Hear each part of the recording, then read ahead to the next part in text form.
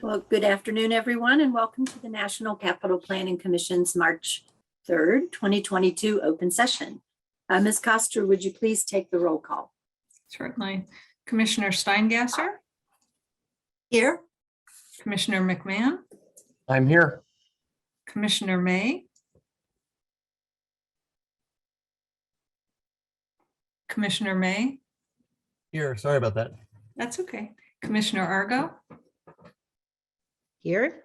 Thank you. Chair White? Here. Thank you. Commissioner Wright? Here. Thank you. Commissioner Dixon? Here. Thank you. Commissioner Cash? Present. Commissioner Davis? Here. And Commissioner Ginsburg? Here. Thank you. Marcella Costa, the Executive Director, Ann Schuyler, the General Counsel, and Diane Sullivan, the Director of the Urban Design and Plan Review Division, are also in the meeting. Thank you. Noting the presence of a quorum, I'd like to call this meeting to order. Today's meeting is live streamed and will be available in a few days as a video on NCPC's website. If there's no objection, the updated agenda as posted is adopted as the order of business. And at this time, we will play a short video clip of the Pledge of Allegiance. I pledge allegiance to the flag of the United States of America and to the republic for which it stands, one nation, under God, indivisible, with liberty and justice for all. In response to the COVID-19 guidance on public gatherings, NCPC will conduct its meetings online until circumstances change. I want to share how we will be conducting commission business. When commissioners wish to be recognized, they should unmute and request to be recognized. During commission deliberations, I will use a round-robin format to ask each commissioner if they have any comments. During deliberations, all commissioners should be on video during that time, unless you are experiencing technical issues. Next is agenda item 2, a report of the chair. We have a very full agenda today, so I will keep my remarks brief. I do have one item to report. Pursuant to the delegations of authority adopted by the commission, I approve the transfer of administrative jurisdiction for Tract B in Anacostia Park from the National Park Service to the U.S. Army Corps of Engineers. Agenda item number 3 is the report of the Executive Director, Mr. Acosta. Thank you, Chair White, and good afternoon. Given today's agenda, I just have one item of public interest. The Commission authorized the draft Monumental Core Streetscape Design Guidelines for 90-day public comment period at its February meeting. We're holding 2 virtual public meetings on the guidelines on March 23rd at 12:30 p.m. and March 30th at 6 p.m. Further information about the meetings is available on our website. You do have my monthly report in your packets, and I would be happy to answer any questions. Thank you, Mr. Acosta. Does the commission have any questions? Hearing none. Agenda item 4 is the legislative update. Ms. Schuyler. Thank you, Madam Chair, and members of the commission. I do have a few things. I do have a few things to report. The first is House of Representatives Bill 6720. This was introduced in the House on February 11th, and it was referred to the Committee on Natural Resources. The bill authorizes the Thomas Paine Memorial Association to establish a commemorative work on federal land in the District of Columbia and its environs to honor the United States patriot Thomas Paine. Excuse me. The act further requires that the establishment of the commemorative works must be in accordance with the requirements of the Commemorative Works Act. The second item I'd like to report is HR 6611. This was introduced on the House on February 4th and referred to the Committees on Natural Resources and the Committee on Budget. This authorizes the Embassy of France, and yes, I did say the Embassy of France, in Washington, D.C., to establish a commemorative work in the District of Columbia and its environs to honor the extraordinary contributions of Jean Monnet to restoring peace between the European nations and establishing the European Union.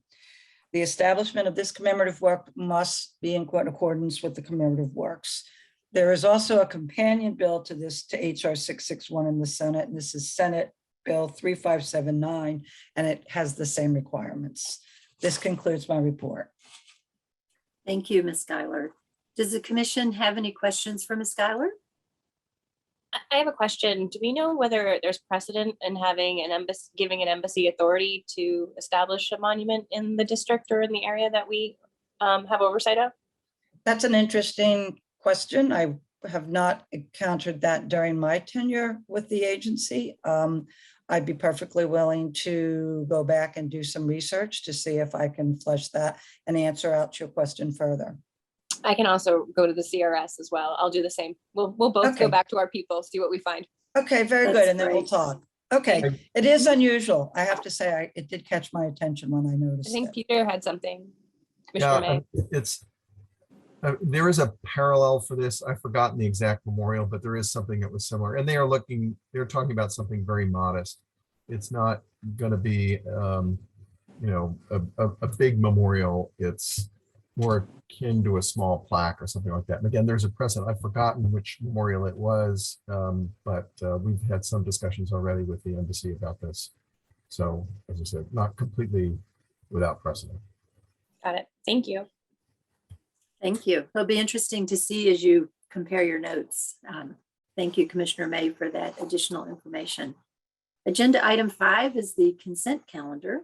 There are 2 items on this month's consent calendar. The first is to authorize the release of the Pennsylvania Avenue Vision and Concepts for public comment for 120 days, starting mid-March, as Director Acosta noted. We heard a detailed presentation of this vision at our February 16th special session, which is available to the public on NCPC's website. And I want to note, I was really delighted to see that the press picked up this story and was able to convey the enthusiasm that we have for this effort and the importance of this initiative, since it is America's Avenue. The second item is for approval of preliminary and final site and building plans for the perimeter security upgrade at the National Foreign Affairs Training Center in Arlington, Virginia. This was submitted by GSA. Are there any questions or discussion of the consent calendar items? Hearing none, is there a motion to approve the consent calendar? So moved, Commissioner Wright. Thank you, Commissioner Wright. Is there a second? I will second. Thank you, Commissioner McMahon. Ms. Coster, can you please confirm the motion and the second and take the vote by roll call? The motion was made by Commissioner Wright and seconded by Commissioner McMahon. With that, Commissioner Steingasser, Yes. Commissioner McMahon, Yes. Commissioner May. Yes. Thank you. Commissioner Argo, Yes. Chair White, Yes. Commissioner Wright, Yes. Commissioner Dixon. Yes. Thank you. Commissioner Cash, Yes. Commissioner Davis, Abstain. Commissioner Ginsburg. Also abstain. Thank you. Thank you. Thank you. The motion has carried. While we normally hear information presentations later in the meeting, please note that we will have a presentation on a project followed by 2 information presentations, all provided by the Smithsonian. Agenda item 6A is for the approval of preliminary site and building plans for the South Mall Campus Historic Core Revitalization. And presenting will be Mr. Fliss.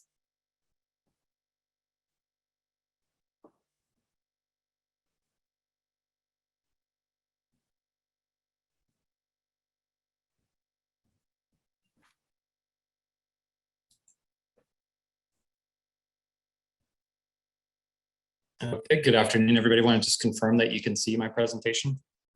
Yes, we Yes, can. thank you. Okay, great. So good afternoon, everybody. The Smithsonian Institution has submitted preliminary site and building plans for the project they call the Revitalization of the Historic Core, or ROC. This project includes the Smithsonian Castle, the Arts and Industries Building, and a new central utility plant, along with other various improvements across the South Mall campus. The Commission last reviewed this project as a concept review back in July of 2021. And since that time, the applicant has continued to develop the project plans. So this is a preliminary review, and the Commission is looking at the project's approach to the proposed building improvements, the landscape and perimeter design impacts to key views, and how the project has responded to the Commission's previous comments. So I think everybody's familiar with the South Mall campus, but here for reference is a map showing the project area. It's highlighted here in blue. And it's located again just north of Independence Avenue and south of Jefferson Drive. And here's an aerial view of the campus itself with the Arts and Industries building here in the foreground and the castle in the background. And you can see the mall lawn panels here in the distance. Both of these buildings are National Historic Landmarks. So this is one of many projects that are being implemented pursuant to the South Mall Campus Master Plan. You've already reviewed projects at the Hirshhorn, both the sculpture garden as well as the building, museum building itself, as well as other improvements to the Freer Gallery. So the biggest components of this project are the revitalization of the castle and AIB, new underground work, including a new central utility plant. Other components include perimeter security as well as cooling towers. And again, these are all identified in the South Mall Campus Master Plan. The project also includes interior rehabilitation of the project. Through the Section 106 process, several consulting parties have inquired as to why Smithsonian doesn't consult on interiors. And this issue has been referred to the Advisory Council on Historic Preservation. And just as you know, the NCPC does not review interiors. It's also important to note what's not included as part of this project, specifically the entry pavilions and hopped garden redesign, which you saw as part of the master plan. Those elements are not part of this undertaking. The Smithsonian has indicated in correspondence that they will undertake a separate planning effort for the revitalization of the quadrangle building, which is below the hopped garden, in approximately 5 years. At that time, they will update the master plan to match whatever the new proposed improvements might be. So this is a large project, as you know, with a lot of components. I'm going to try to go through it relatively quickly and then focus on those areas where staff has highlighted comments in the EDR. I'll also note in the EDR that we are recommending preliminary approval with the exception of 3 elements, the perimeter security, the cooling towers, and the castle elevator overrun, which we recommend being held over for further design development and/or coordination. So I'll highlight those through the presentation. So first, I'm going to start with the castle, and with both the castle and the Arts and Industries building, the projects really focus on improvements to the envelope, the building systems, access, and structure. The main goal is really to increase that public access, activating the basement level with public function, the new visitor center, and providing in general enhanced visitor services in the building. I'll also note that the Smithsonian administration will still remain in the castle. So as part of this revitalization, the project includes repairs and improvements to the building masonry and envelope, the replacement of windows, many of which were replaced back in the 1980s and 1990s. Some critical historic windows will be retained. For mechanical systems, the project includes new intake and exhaust points, taking advantage of some of the existing rooftop locations where they can be minimize that visibility. And then also repairs and replacement of the roof. Here, the design has continued to evolve such that the roof profile is slightly deeper than what we saw at concept review. This is to accommodate insulation, which is necessary for the building envelope. However, it appears that the visibility of this change will be minimal. New seismic protection is also provided in the form of base isolation.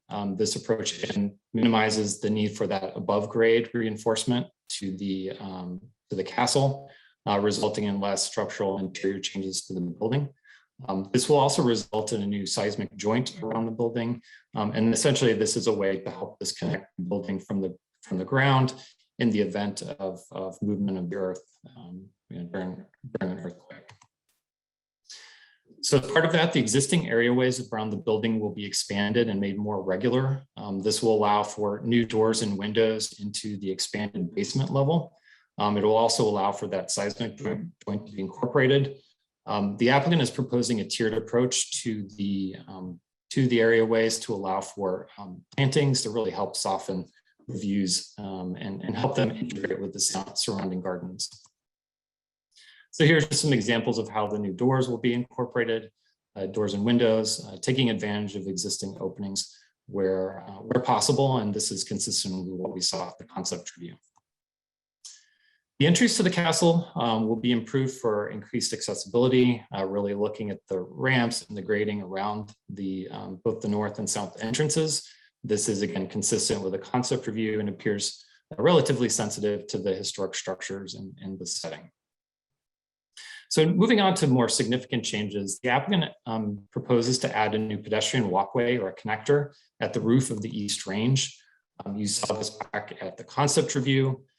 Here, the egress from the 4th floor of the East Range of the castle includes an interior stair, but also an emergency pathway that cuts across the roof. This pathway doesn't meet code requirements, and so an additional egress path is necessary to help this space be occupiable. And so the applicant originally proposed an enclosed connector on top of the roof. You can see that here. This is the existing condition. There's an existing non-historic monitor here. It would be removed and they would have had an enclosed connector with a glass component here. And this is what you saw concept review, and the commission found that this addition had the potential to cause both physical and visual adverse effects to the castle, and asked the applicant to take a look again at this proposal and also provide additional renderings and analysis to understand what those visual impacts could be. So in response to those comments and also those from the consulting parties, the design of the 4th floor egress has been revised. Now what is proposed is an open air walkway here along the top of the roof with metal guardrails. So there would be a formal pathway and protection would be provided through guardrails. And here you can see what that would mean in terms of visual impact. So it appears that this connector without that enclosure would be much less visible from locations around the National Mall and around the castle itself. And here's just a rendering. Again, you can just pick out the line of railings that would be included.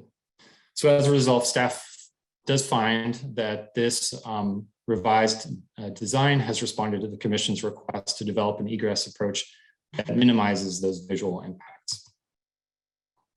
The applicant also proposes to relocate an elevator overrun as part of these improvements. There's an existing elevator penthouse here highlighted in red, which was built in the 1970s. This will be removed and replaced in a new location as part of these upgrades. The new overrun will be added here, and it's a different location. It's highlighted here in blue. We do understand the need for the elevator. However, the current submission provides only a general massing and size and scale for this proposed addition, which could potentially alter the roof line of the castle. And as such, we do think additional information is necessary to really evaluate the impacts of the proposed elevator overrun. And we request the applicant provide additional details, including material selections, renderings, and perspectives of this proposed addition to understand what's going to change on the roof line, but also the attempts to minimize the height and profile if possible. And we understand the applicant is already working on this on this issue. So moving on to the Arts and Industries building, again, these changes are primarily focused on increasing public use of the building and public access while respecting its historic character. There is a basement level excavation proposed as well as part of the project. And like the castle, the intention is to accommodate those back of house systems below grade so that the historic interiors can remain free for public access and programming. So the components of this project include, like the castle, new louvers and ventilation in the roof line, taking advantage of existing openings where possible, new egress doors to meet code requirements, again, taking advantage of either existing openings or trying to align with historic windows, new areaways around the building, both for access, to access the interiors of the building, as well as to provide areas for venting and mechanical systems. And then also new ramps and accessibility improvements at both the north and south sides of the building. Here you can see the north side with the accessible ramps on either side. And then here at the south side, which is facing Independence Avenue. You saw a version of this at concept review, so I'll note that this ramp and stair do extend into the sidewalk of Independence Avenue.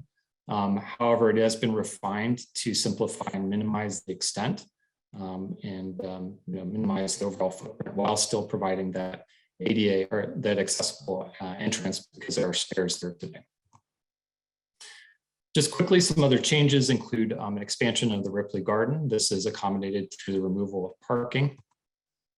And then, as I mentioned, a new basement level within the building. So at concept review, the commission requested the applicant provide further information about the amount of excavation proposed underneath the Arts and Industries building.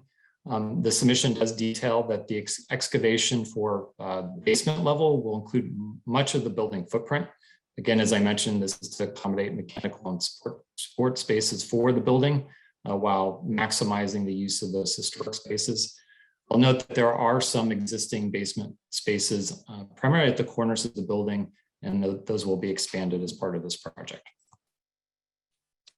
So moving on, the project includes a new central utility plant. This is going to be located below grade between the quadrangle building and the Arts and Industries building. This will allow for disconnection from the GSA system, which according to the Smithsonian will allow them to have cost savings, but also reduce the carbon footprint. So as initially proposed in the South Mall campus master plan, the central utility plant would initially serve the Castle and Arts and Industries building, but it will be designed to accommodate all buildings within the South Mall campus. It will have 2 levels below grade, and then a 3rd level would accommodate stormwater as a cistern. The total area of excavation has actually been reduced since concept review. Here you can see in purple the B2 level footprint at concept review. It's been reduced, particularly against the castle. This is consistent with the commission's previous request to reduce that excavation where possible. So at concept review, the commission also requested information about how the plant would meet sustainability goals. The Smithsonian responded that they use their climate change adaptation plan as well as their strategic sustainability performance plan to identify strategies to be incorporated into the project. This project will pursue certification under LEED with separate scorecards for the castle, the Arts and Industries and building, the central utility plant. The plant itself is proposed to be LEED silver. So given the underground location of the central utility plant, at concept review, the commission requested the applicant clarify some information about the potential impacts of that underground infrastructure project on the garden above, particularly related to soil depth and some of the projections that might come up in the garden itself. The intention here is to help preserve the character and setting of the garden space. So in response, the Smithsonian has indicated that there will be sufficient soil depth. The roof of the plant itself will match the quadrangle building, which is below the garden today. So that depth does allow for plantings and other trees and other materials that will be planted on top. In addition, the applicant has confirmed that most of the venting will actually be accommodated through those areaways that I mentioned along the Arts and Industries building, so that will minimize any projections or alterations in the garden itself. So related to this, there are new cooling towers proposed as part of the central utility plant. These help exhaust heat into the outside environment. The applicant has identified that their preferred location for these towers is the National Museum of Natural History. The site is located here. This is the museum building itself. This is again on the north side of the mall across from the South Mall campus. And these new cooling towers will be connected to the South Mall campus underground. Currently, the applicant has indicated that their preferred approach is the direct bore underneath the mall to the towers themselves. They have indicated that they are continuing discussions with the National Park Service regarding this tunnel and have evaluated the depth and alignment that would be necessary to make that connection. So the cooling towers are proposed to be located at the southwest corner of the natural history site. Here's an image today that is a parking area. It is depressed below the adjacent streets and sidewalks. So you can see that view here. And this is a section through the cooling towers as proposed. So you can see this is, I think, Madison Drive here, taking advantage of the depressed nature of the existing site. However, due to the height and the scale of the equipment, it would still project up above grade, about 9 feet or so. And the applicant is looking at, strategies to help screen this enclosure. So for reference, there are existing cooling towers on the east side of the campus. You can see some images of those here. And then per the commission's request at concept review, the applicant did provide a series of massing studies to show what those cooling towers and their enclosure would look like as viewed from the National Mall and some other locations. You can see here some existing conditions and then the proposed view. Essentially, you're seeing kind of a white massing where the cooling towers would be located. And then here's just some additional images showing what that would look like. They've also provided some detailed sections with both the cooling towers themselves and then the potential landscape strategy to help screen this new element. The massing studies have been helpful for review. However, further details of the actual design of this enclosure would be necessary for a preliminary review.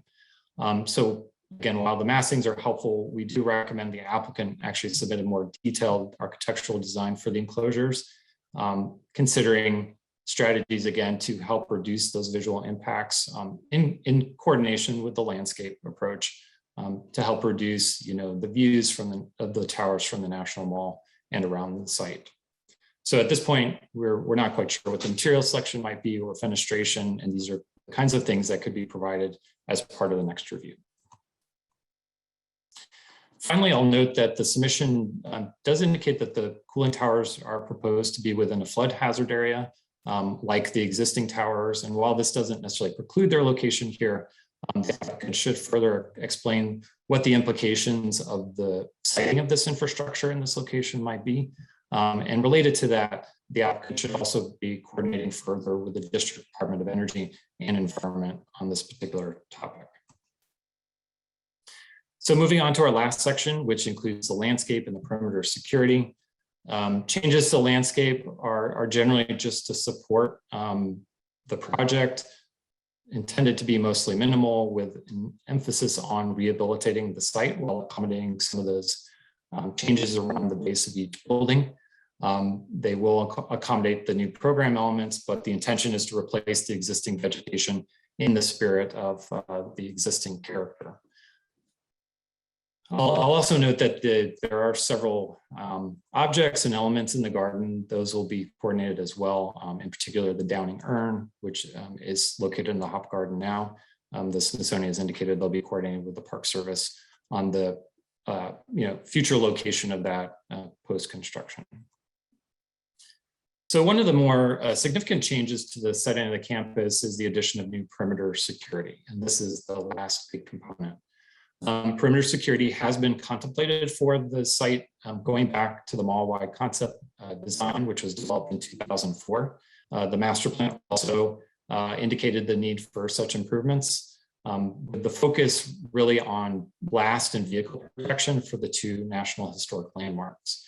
The measures would also provide, protection for the gathering areas around both buildings, particularly where visitors are entering the buildings.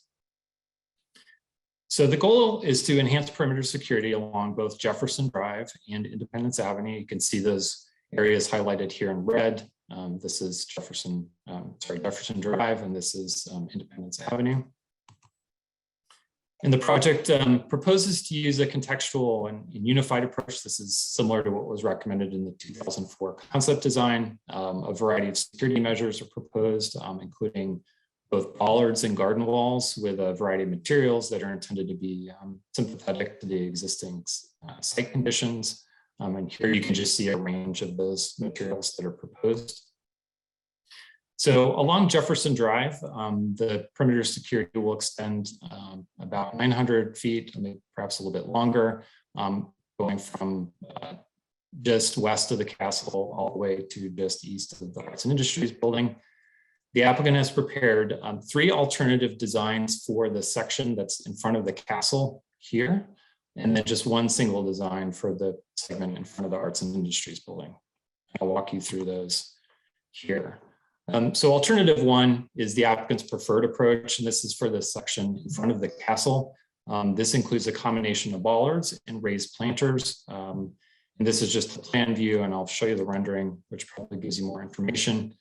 Here you can see bollards located along the curb and then returning to garden walls, which would be incorporated into the existing lawn areas. These would become planted, and then additional bollards and additional raised walls. Alternative 2 is just essentially a single line of bollards at the curb following along in front of the castle. And here's just a rendering of that. So this is, again, in front of the castle. This line would extend further down in front of the Arts and Industries building as well. And then finally, alternative 3 includes primarily bollards, but the location is somewhat different. In this instance, the bollards would follow along the curb, but then move to be located also within the planting areas. And here you can see a rendered view of that. Then following the curb, and then bollards in plantings, and then coming back here. The applicant has indicated that one of the challenges with this approach is the structure necessary and the foundations that are required for the bollards themselves. This does, according to them, create challenges for plantings. Once you install them here, you perhaps would not have the level and lushness of plantings here. It also does create maintenance issues when you have these objects within the planting area. So those were the alternatives for the castle component. For the section that extends further east in front of the Arts and Industries building, a single line of bollards is proposed. So this is about 400 feet. It would connect in front of the castle to the perimeter security there, and then essentially just follow along in front of the Arts and Industries building, and then connect to the Ripley garden walls, which would be reinforced as security walls. We don't have any renderings for this section, but I do have just a view of what this area looks like today. So we do appreciate that the applicant has considered some alternative designs for particularly the section in front of the castle. And it's clear from the different renderings that there are trade-offs between each approach, especially when we think about impacts to the character and the function of public spaces, the views and setting of the landmarks themselves, and then just impacts to the landscape and the gardens as well. So on one hand, you can keep all the security along the curb line here, which has significant visual impacts and impacts the public space. You could, as shown, integrate it into the landscape, which has impacts on the gardens and the plantings and potential grade. And we recognize that all of these are, create challenges for, how to resolve this question about perimeter security. So as a result, we recommend the applicant evaluate a holistic approach that considers the entire length of Jefferson Drive in front of the castle and AIB. That does a few things, thinks about minimizing those long stretches of bollards, minimizing the number of locations where bollards are crossing sidewalks, minimizes the changes in grade adjacent to the National Historic Landmarks, and also considers using the existing building yards where possible. So related to this and supporting it for a future review, provide additional plans and renderings of any new alternative approaches so that we can understand the potential visual impacts. And we do request views and renderings for both the castle as well as the Arts and Industries building. It'd also be helpful to understand what are the potential options for the section in front of the Freer Gallery. This is further west, not part of this project, but there are still kind of things to think about, and what are the implications if this perimeter security extends further to the west. And finally, I'll note that we do request further coordination with the National Park Service. Jefferson Drive is maintained by the National Park Service, and so further discussions about potential impacts of any perimeter security should occur there. And so moving to the south side of the campus now, this is Independence Avenue. The applicant does propose a line of bollards to be located along the curb in front of the Arts and Industries building. This would connect to the Ripley garden walls and then also the existing quadrangle garden walls on the west end. And no changes would happen to the quadrangle garden walls. So I'll note, you can see in this image that the Arts and Industries building does have minimal building yards along Independence Avenue. Particularly the entry and corner pavilions are right up against the sidewalk, which is only about 17 feet wide. It does have some small tree boxes.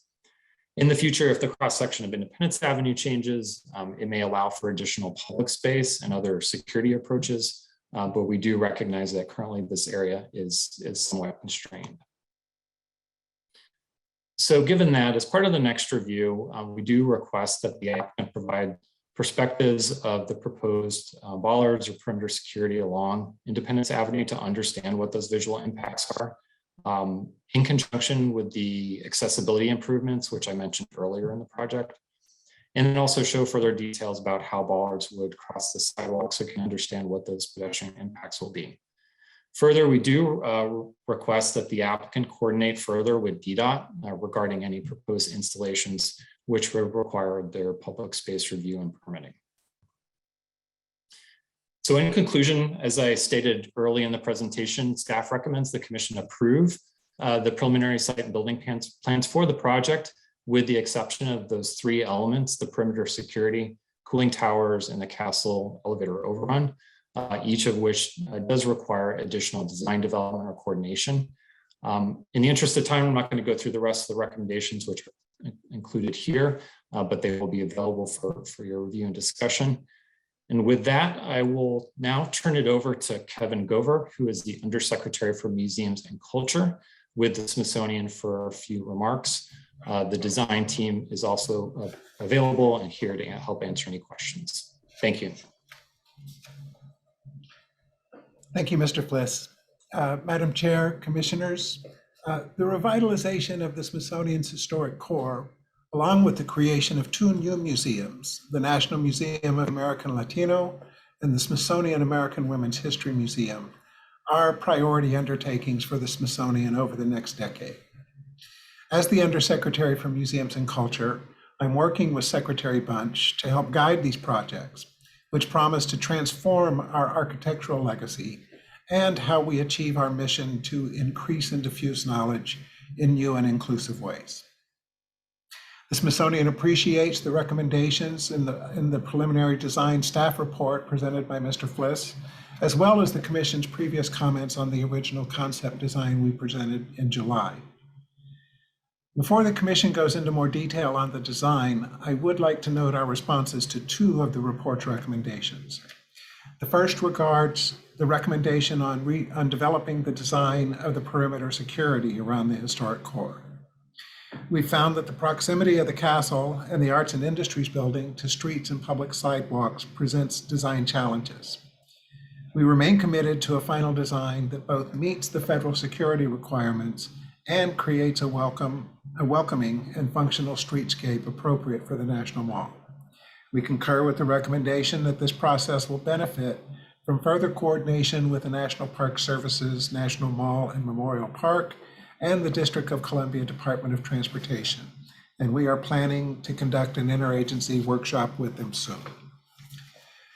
We also agree with the recommendation for more thought on the central utility plant and its associated cooling towers. We are currently examining alternative energy sources and the design needs and impacts for each. The Smithsonian is committed to exploring the best energy generation technology and management methods as part of this project. As you know, energy generation technologies are rapidly changing, and as they do, the Smithsonian will continue to consider their promise and impact throughout the design process. On behalf of the Smithsonian, we thank the Commission for providing us the opportunity to share the preliminary design for your review and approval. Our project team, our AE team from EYP Loring are here today and are prepared to address any questions you may have. Smithsonian Historic Preservation Specialist Carly Bond will address and field questions for additional members of our Smithsonian NAE team from EYP Loring as needed. Thank you so much for your consideration of these projects. Thank you, Mr. Fliss and Undersecretary Gover. We really appreciate you being here with us today.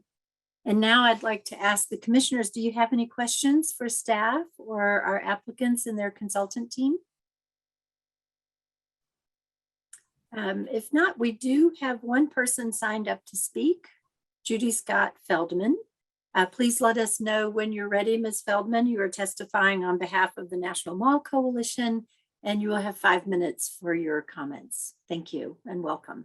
Thank you. Thank you. Good afternoon, Chair White and commissioners. I'm Judy Scott Feldman, chair of the nonprofit National Mall Coalition. The coalition, founded in 2000, is dedicated to advancing comprehensive visionary planning for the mall to ensure the vitality of this historic national treasure for future generations. I urge you to read my full testimony. Today, I will read an abridged version. The National Mall Coalition supports the Smithsonian's now more modest efforts to revitalize the Smithsonian Castle and Arts and Industries building. We would like to take this opportunity, however, to express our disappointment at a serious missed opportunity and to ask this commission to take action to remedy the unmet need.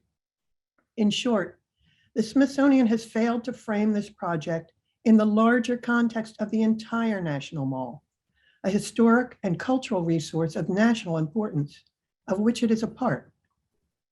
The mall has two urgent, unmet needs.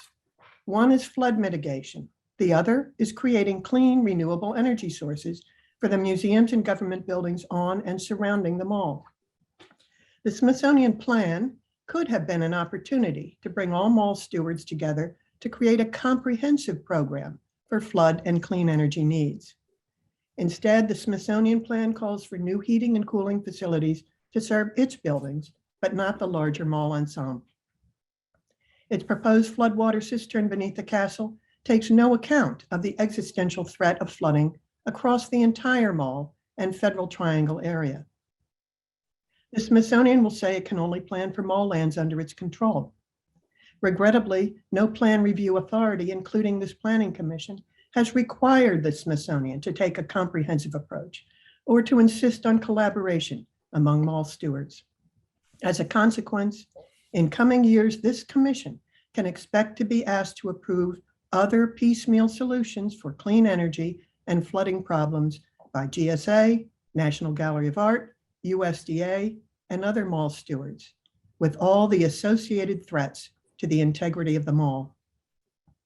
The coalition has advocated creation by Congress of a new Macmillan-type commission to update the historic 1791 L'Enfant Plan and 1901 Macmillan Plan for the mall for the 21st century.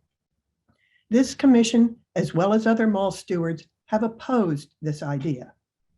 But the evidence to support a new commission and a new comprehensive plan is now more compelling than ever. The Park Service's National Mall Plan, released in 2010, was not the new visionary plan promised to Congress, but instead only a maintenance plan, limited to lands under Park Service control.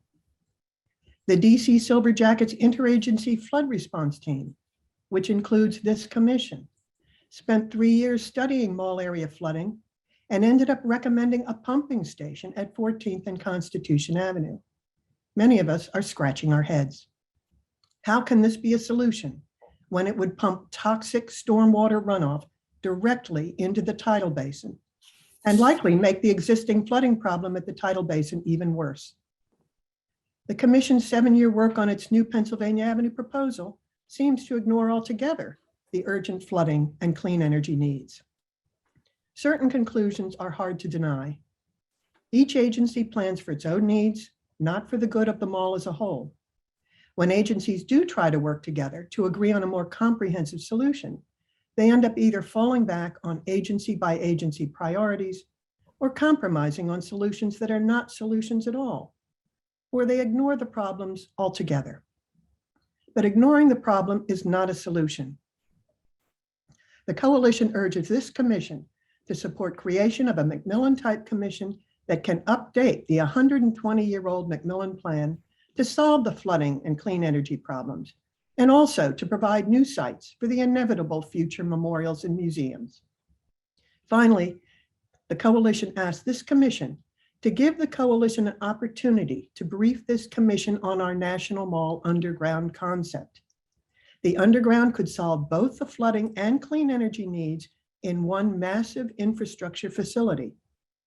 When the National Mall Coalition presented the concept to this commission in 2013, there was considerable enthusiasm by both federal and DC commission members. But in 2021, to our surprise, the concept was rejected outright by this commission, the Smithsonian, and the National Park Service. Only the Commission of Fine Arts invited us to present That's 5 minutes. to them, which we did last October. I have 1 more minute. They told Congress, the commission did, that they thought the project deserves further review. The coalition is alarmed at the ongoing flood threat to our national monuments and museums and urges commission action to use its planning authority to ask Congress to take corrective action. The coalition welcomes the opportunity to provide our expertise in any such action. Thank you. Thank you, Ms. Feldman. Does the commission have any questions? We appreciate you sharing your concern for addressing flood risk in the monumental core. Clearly, NCPC has been engaged in this conversation for quite some time, since 2006. And we recently expressed significant concerns, as you noted, along with other federal agencies regarding the safety, security, and historic resource impacts of the coalition's proposal. The proposal is one of many possible solutions, and in the future, we will ask NCPC staff to provide the commission with an update on flood risk management activities and proposed solutions to the monumental core. So thank you again for joining us today and bringing forward your comments. We really appreciate it. May we present to you, please? So we'll get back to you when we get the information presentation set up and figure out how we'll have all of the different proposals reviewed. So thank you again for being here. Yeah, the one thing I would say is, So I'm sorry.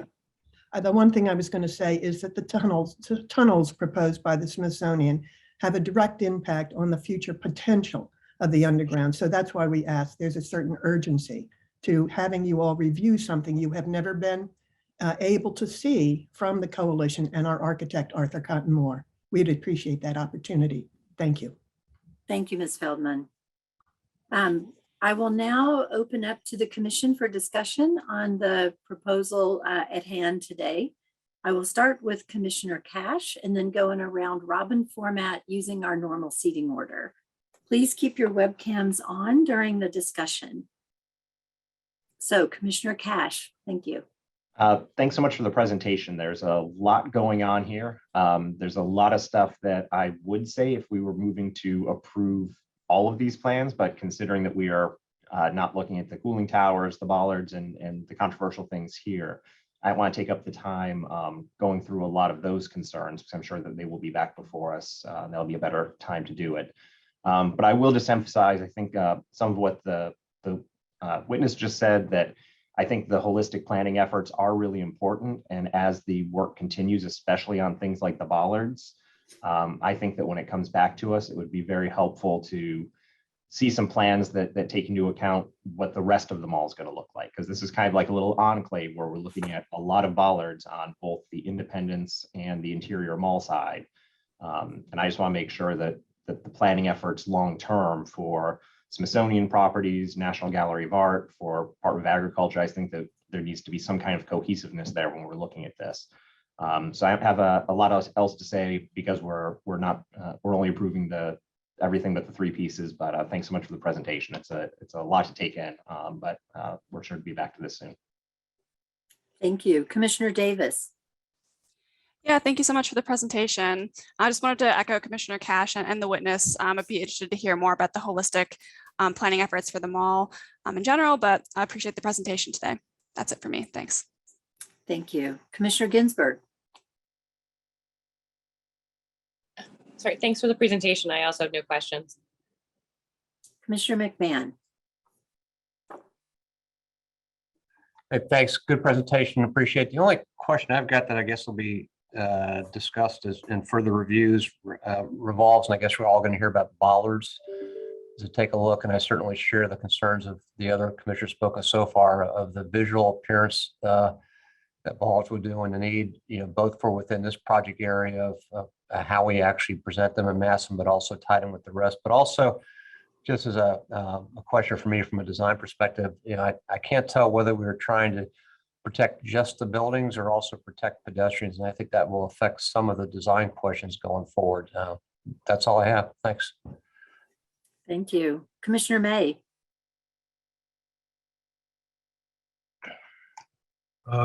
Yes, thank you.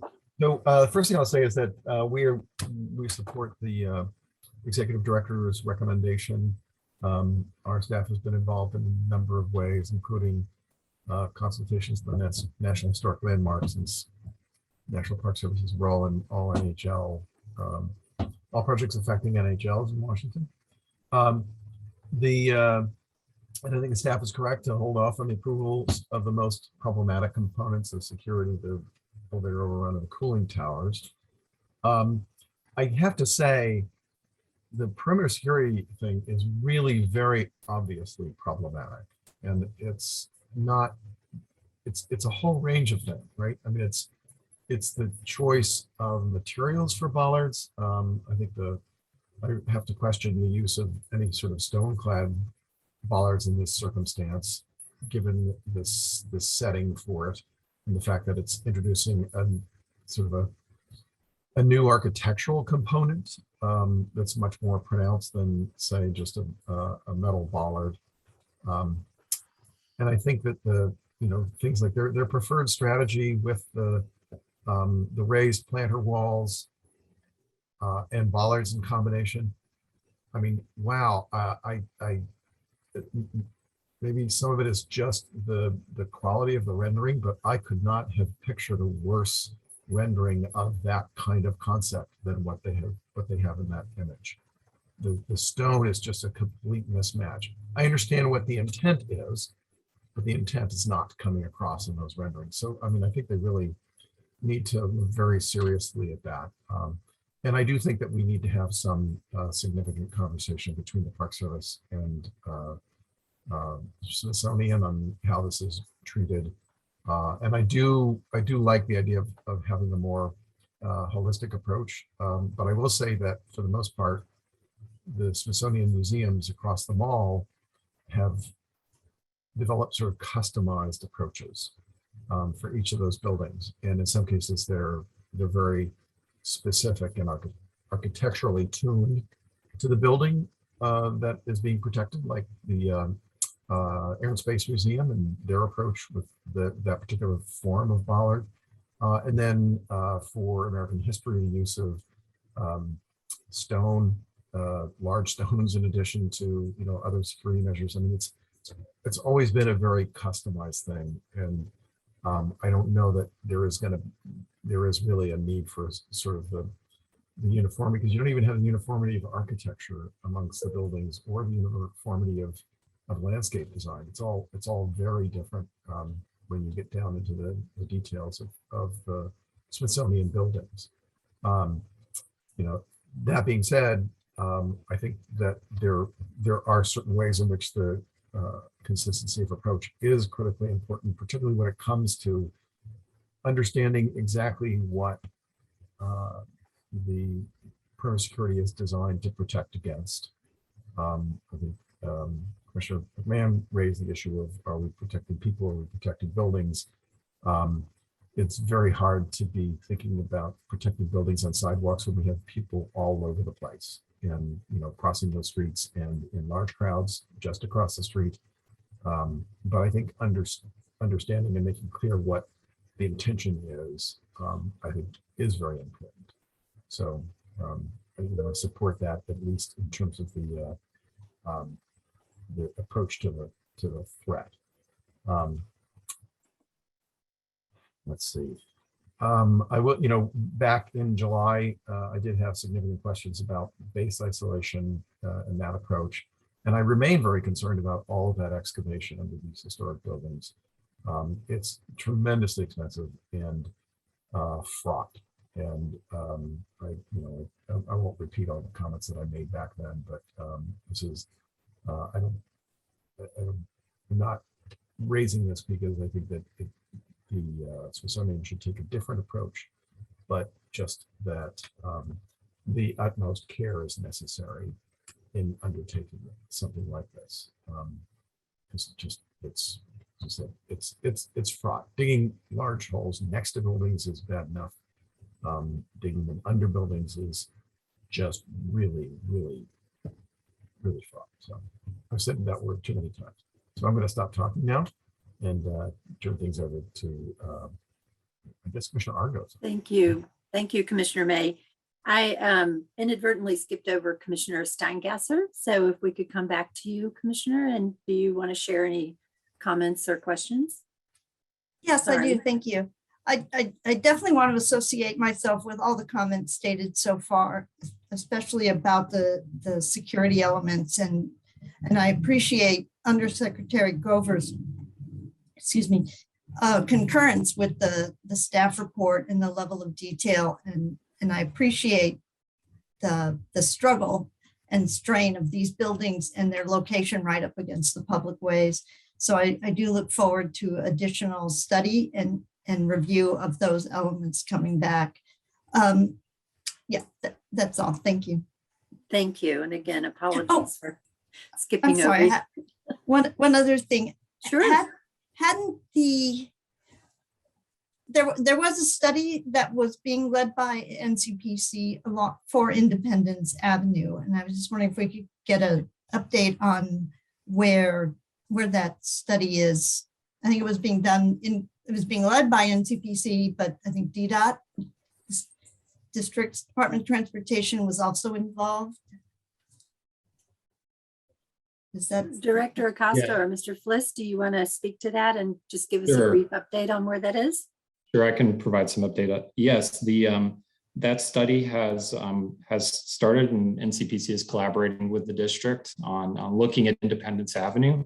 My understanding is that the district, along with the Smithsonian, also as a partner, has applied for a grant with the COG to take a look at the avenue's traffic capacity, because that really does have implications for what the right-of-way needs to be and potential opportunities for that public space.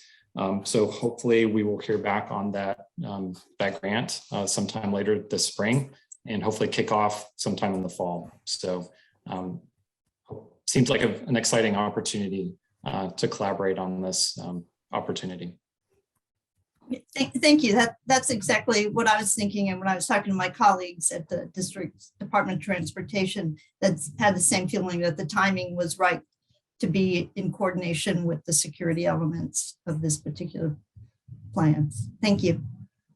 Thank you for raising that, because I do think it is an opportunity, and we need to take a look at that street holistically to figure this out. So thank you for bringing that to everyone's attention. We'll go now to Commissioner Argo. That grant Hi, thank you. I'm a little I'm trying to think out how to organize my thoughts. I've had time, but obviously haven't done a good job at that. I'm thinking about what everybody else had to say. I'm struck by by what's almost, I think the word I would use would be sort of tension between the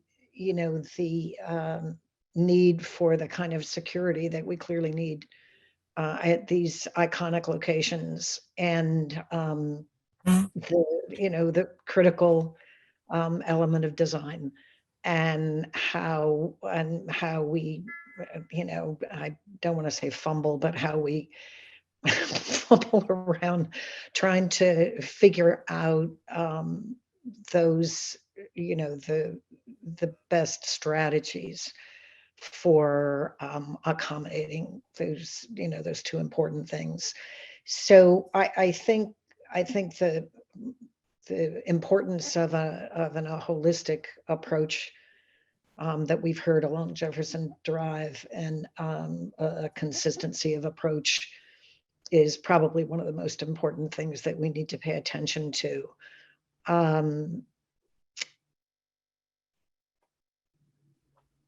And bollards are just, how many times since I've been on this commission, which is a short time, have we had these, have we had conversations about bollards, which are, are not, for those of us who've actually been involved in, in the design field, are not something that are really even fun to talk about. So I really appreciate the work that the staff has done in putting together what was a thorough and informative presentation. And this is, this is one that we're going to struggle with, I think. Thank you. Thank you, Commissioner. Commissioner Wright. Well, yeah, sometimes bollards are a necessary evil. Yeah. But I'm not going to spend a lot of time talking about it because Commissioner May has covered all of my comments and then some. And all the areas of concern that I have are reflected in the EDR. But I do, this is going to surprise a lot of people. I would like to come to the Smithsonian's defense for a moment here. When it comes to holistic planning for the mall and the flooding and energy issues. I don't think it's accurate to state that certainly as individual agency representatives, our agencies have all been asked by Congress to review the National Coalition for the Malls plan for the underground garage and flood protection scheme, and found it wanting. And so I don't think it's accurate to suggest that the plan has not had a fair and full hearing. A formal hearing at NCPC, I'm not sure is going to yield the results that are hoped for. And moreover, I think it's also inaccurate to suggest that there has been no holistic planning. There has been an interagency working group that has looked at all these issues. I know GSA was very much involved because it was our IRS building that took the hit in 2006. So I just want to correct the record here to that's not exactly accurate, and I don't think that the Smithsonian should be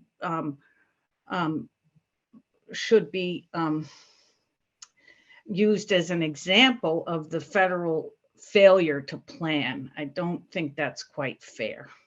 I think they've done a pretty good job here. I also share Mr. May's concern with digging under the castle. I have many times raised the issue. I'm not going to raise it again. I'm still not convinced that it's 100% necessary, but that ship has sailed. So I'll stop there. Thank you, Commissioner Wright.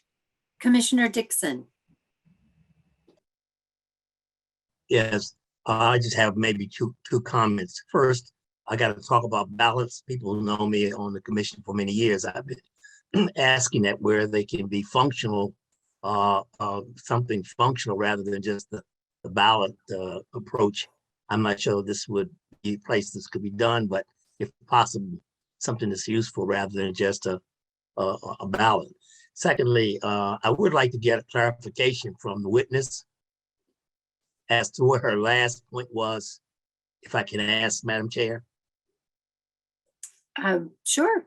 Is Ms. Feldman still available?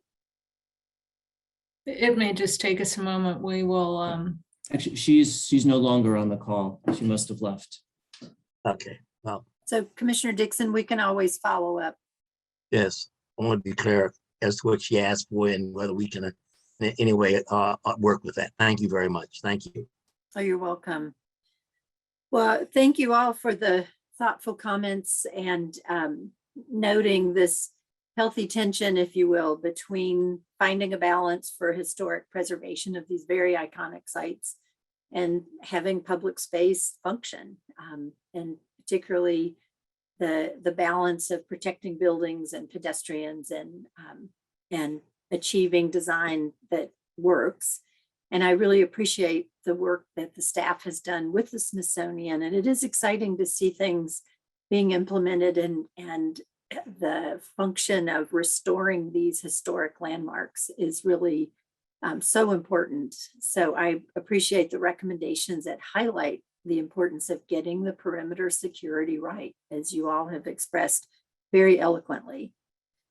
We know that the layer of perimeter security is going to change this public space and will have impacts on preservation. And I appreciate that we're all in concurrence that we want to continue to look at this holistically. As Commissioner Wright says, there is a great effort to look and weigh all of these issues in a holistic fashion. So I appreciate those comments. Is there any further comment or question from the commission? Chair White, I just note that Carly Bond with the Smithsonian has her hand up. She's one of the applicant Oh, thank you. representatives. Thank you, Ms. Bond. I apologize, Yes. I didn't see your hand raised. Thank you, Madam Chair and Commission members. I would just like to offer an answer to some of the Commission members' questions about the purpose of the perimeter security and its intent to protect both pedestrians on the sidewalk and visitors to our buildings. So as noted today in our presentation, both of these buildings are so close to the public right-of-way. For example, the porte cochere on the north side of the castle is less than 5 feet from the curb. So the purpose of the perimeter security is to protect our buildings, but also people coming to visit our buildings and standing inside a secure zone as they line up to queue and go through security and then enter our facilities. And we look forward to coordinating an interagency working group to discuss this issue further and to continue Section 106 consultation on additional alternatives. So thank you. Thank you so much, Ms. Bond. With that, is there a motion to approve the preliminary site and building plans? I move the EDR. Thank you, Ms. Steingasser. Is there a second? Second. Commissioner Dixon, thank you. Ms. Coster, can you please confirm the motion and second and then take the roll? Yes, the motion was made by Commissioner Steingasser and seconded by Commissioner Dixon. And with that, Commissioner Steingasser. Yes. Thank you. Commissioner McMahon, Yes. Commissioner May, Yes. Commissioner Argo, Yes. Chair White, Yes. Commissioner Wright. Commissioner. Yes. There we Sorry, go. couldn't find my button. There we go. Commissioner Dixon, Yes. Commissioner Cash, Yes. Commissioner Davis, Abstain. and Commissioner Ginsburg. Also abstain. The motion is approved. Thank you, everyone. Now we will turn to agenda item 7A, an information presentation on the new Smithsonian Museum's site evaluation study.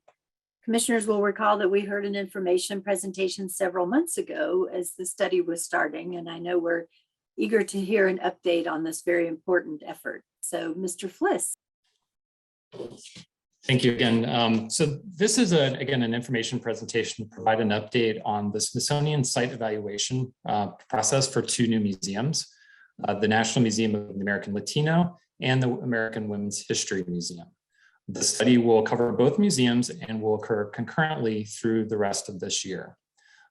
As the chair mentioned, the Smithsonian provided an introduction and overview of this process back in December. And this presentation will review the proposed site evaluation criteria, sites under consideration, as well as an overview of stakeholder feedback received thus far.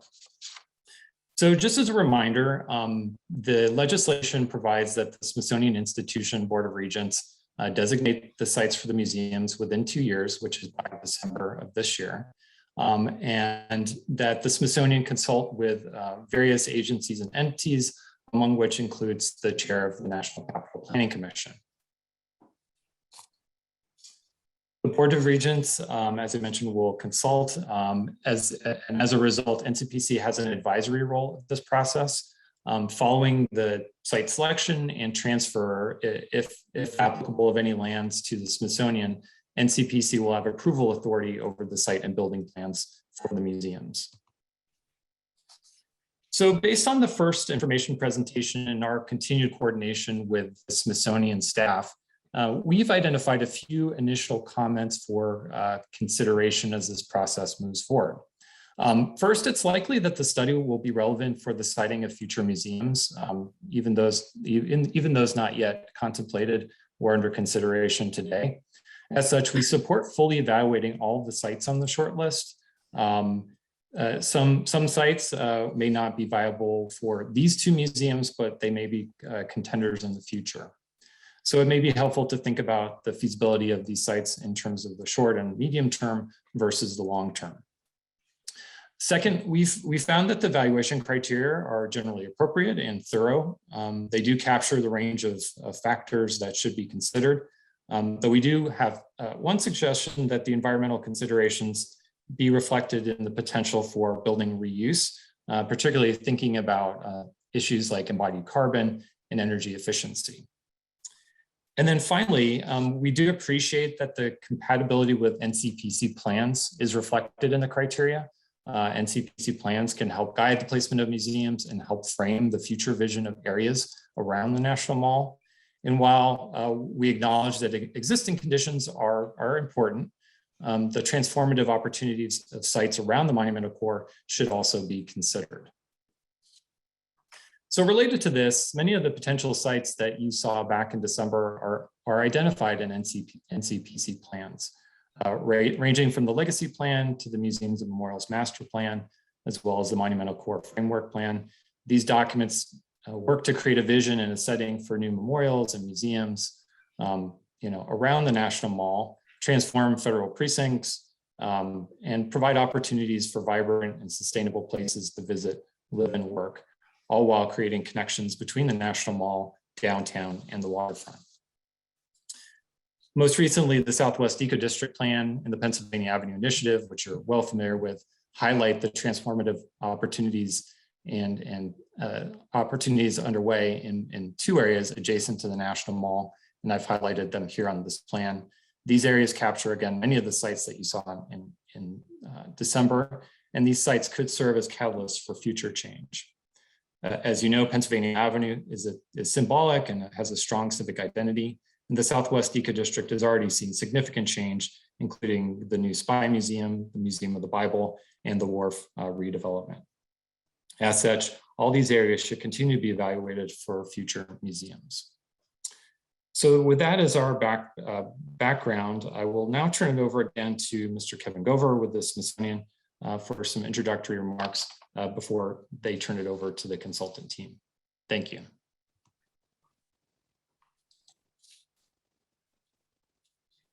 Thank you, Mr. Fliss. Madam Chair, Commissioners, it's my pleasure to introduce Ronald Cortez, the Smithsonian's new Undersecretary for Administration. In his role, he oversees over 2,000 employees working in human and financial resources, IT, procurement, planning, facilities, operations, maintenance, and capital programs, health and safety, security, and more. Ron comes to us from the University of California, Irvine, where he served as the Chief Financial Officer and Vice Chancellor of Finance and Administration. Ron brings over 26 years of experience in academia and government administration. Ron? Thank you, Kevin and Mr. Fliss. Good afternoon, Madam Chair White and members of the Commission. It is an honor to be here today to update you on our progress in evaluating sites for the new National Museum of the American Latino and the new Smithsonian American Women's History Museum. I'm joined here today by the architects and planners, Luann Green and Doug Sadison of Ayers St. Gross. New slide.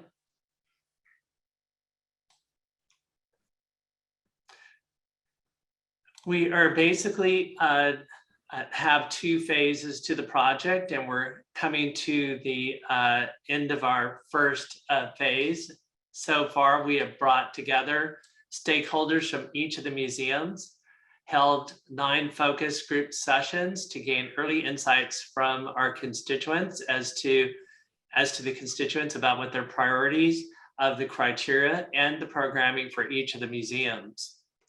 We also have gathered information and evaluated all 26 sites and identified 2 tiers of sites.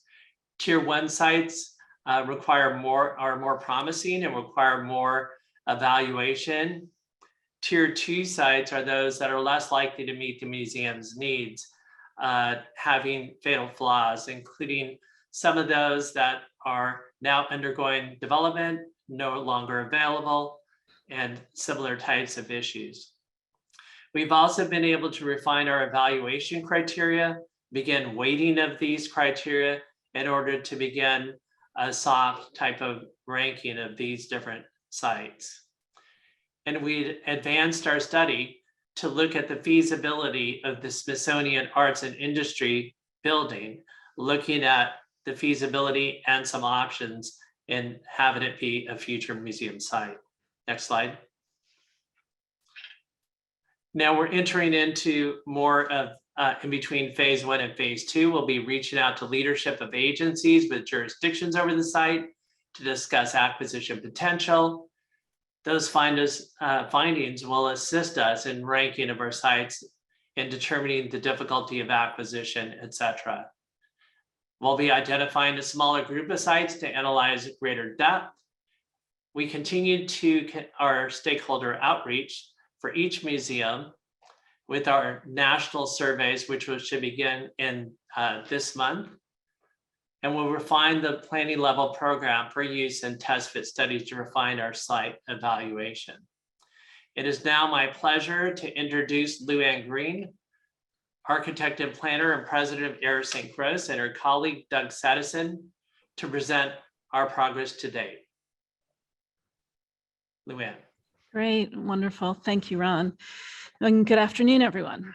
Last fall, our team worked closely with the interim directors of both museums and the key Smithsonian staff to develop a series of virtual stakeholder engagement sessions. The findings of this engagement will inform the overall site selection process. As Ron mentioned, there were 9 total sessions held over 3 days between November 30th and December 2nd of last year. In total, about 140 people from all over the United States participated. We discussed a range of issues and used an interactive poll during the meetings to gather data. So what did we find? Let's start with the National Museum of the American Latino. So next slide. When we talked about issues such as site amenities, we heard about the overall importance of the visitor experience, in particular, indoor and outdoor gathering spaces. Next slide. When we talked around the physical location, our conversations reinforced the importance of a National Mall location. The western end of the National Mall was of particular interest to these groups. Next slide. When we looked at the site potential and talked about those issues, we discussed both new construction and the reuse of an existing building. Next slide. And so when we look at the high-level themes, in summary, we heard clearly the importance of the National Mall location. The group was generally open to reusing an existing building if the location was superior. The museum should be welcoming to all. And there is a desire to be experience-driven in combining both collections and programming. Next slide. Let's do the same analysis for women's history. Next slide. There is a desire to have good visibility to and from the museum with capitol views if possible. Next slide. Again, our conversations reinforce the importance of the National Mall locations. In this case, the east end of the National Mall is of particular interest. Next slide. New construction is preferred, but if adapted reuse is considered, the history of the building needs to be taken into consideration. Next slide. And so in summary, again, we heard clearly the importance of the National Mall location. The group was generally open to reusing an existing building if the location was superior. The museum should be welcoming to all, and there's a desire to be experience-driven and combining both collections and programming. That's a quick overview of our early engagement results. Our constituent engagement process is ongoing, as Ron mentioned, and will include a national survey in the coming month. Next slide. As Ron mentioned, our process groups our sites under consideration into 2 tiers. Next slide. A total of 26 sites were identified for consideration. Next slide. The tier 2 sites map, 13 sites were initially identified as tier 2 sites, meaning that they are unlikely to meet the site criteria established in the legislation. Therefore, we evaluated them early in the process. 11 of the sites are north and south of the National Mall. Next slide. 2 of the sites are further out away from the National Mall. Next slide. The evaluation criteria is obviously critical. We have 6 high-level criteria. Each of the 6 has additional sub-criteria. The sub-criteria are weighted to reflect critical, important, or desirable characteristics. Doug, can you walk us through the evaluation? Sure. Thanks, Luann. And good afternoon, everyone. Next slide, please. So we have 5 criteria that we have defined sub-criteria for currently, and 1 criteria that will be further evaluated as the project moves forward as Smithsonian engages agencies with jurisdiction of other sites. So with the location criteria, we looked at the proximity to the National Mall, prominence of site location, is the site visible and can it represent the constituent group of the museum, the significance to constituent groups, visitation potential and proximity to SI museums, and preservation of key views and sight lines. As you can see on the slide, there are sub-criteria that relate, or definitions of those sub-criteria that relate to good, moderate, or poor in how we were considering the criterias. Next slide, please. Cost factors. At this level, we've looked at site preparation and demolition, construction and complexity. What factors may add to the complexity of construction? Does the site have existing infrastructure that can be a cost benefit? And then time frame and escalation. So the transfer or purchase of sites, if need be, which impacts the design and construction schedule. Next slide, please. And existing site conditions.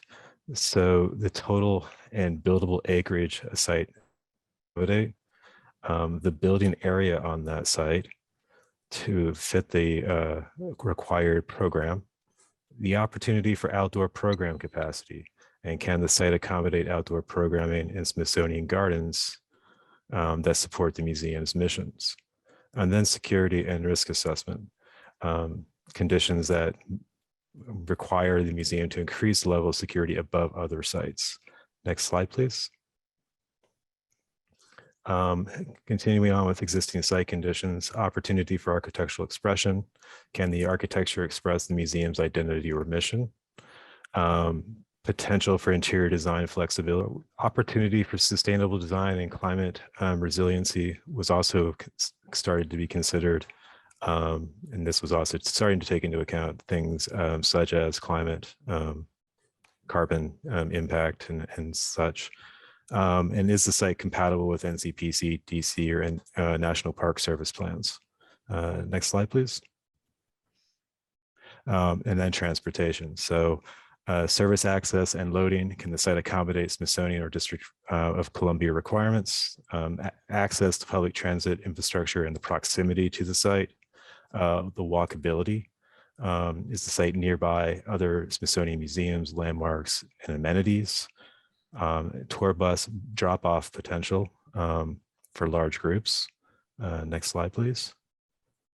Other vehicle access such as ride share or personal vehicles, capital bike share, and then proximity to public parking. And then in environmental criteria, evaluated subsurface conditions, one of those being the water table and such, and flood vulnerability. And is it in the floodplain or susceptible to flooding after periods of short intensive rainfall? And then air quality and noise levels, whether the site is susceptible to a poor air quality or higher decibel levels compared to the other sites. Next slide, please. And then, as I mentioned previously, acquisition potential, which will be studied further in upcoming meetings between Smithsonian and existing agencies with jurisdiction. Thank you. Great. Great. So the criteria was applied to the tier 2 sites. Next slide. The summary analysis affirmed that these sites are not able to meet the site criteria established in the legislation. Therefore, we are recommending that they be dropped from consideration. Next slide. Many of these sites are unable to accommodate the museum program. In some cases, ownership has changed since the initial identification of the site. Agencies with jurisdiction have plans or have reinvested in the sites.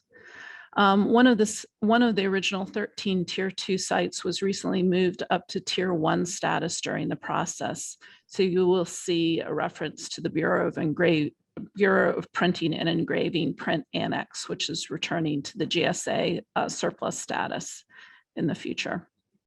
Next slide. So that was a summary of our findings on the tier 2 sites. Our work on the tier 1 sites continues. These are the sites considered most likely to meet the site criteria. We have advanced our work on one site in particular, surprise, surprise, the Arts and Industries building. Next slide. Obviously, we just talked about it in great detail, but suffice it to say the Arts and Industries building is an amazing building with a premier location directly on the National Mall. The Smithsonian controls it, owns it, therefore it has an obvious advantage of availability as a museum site.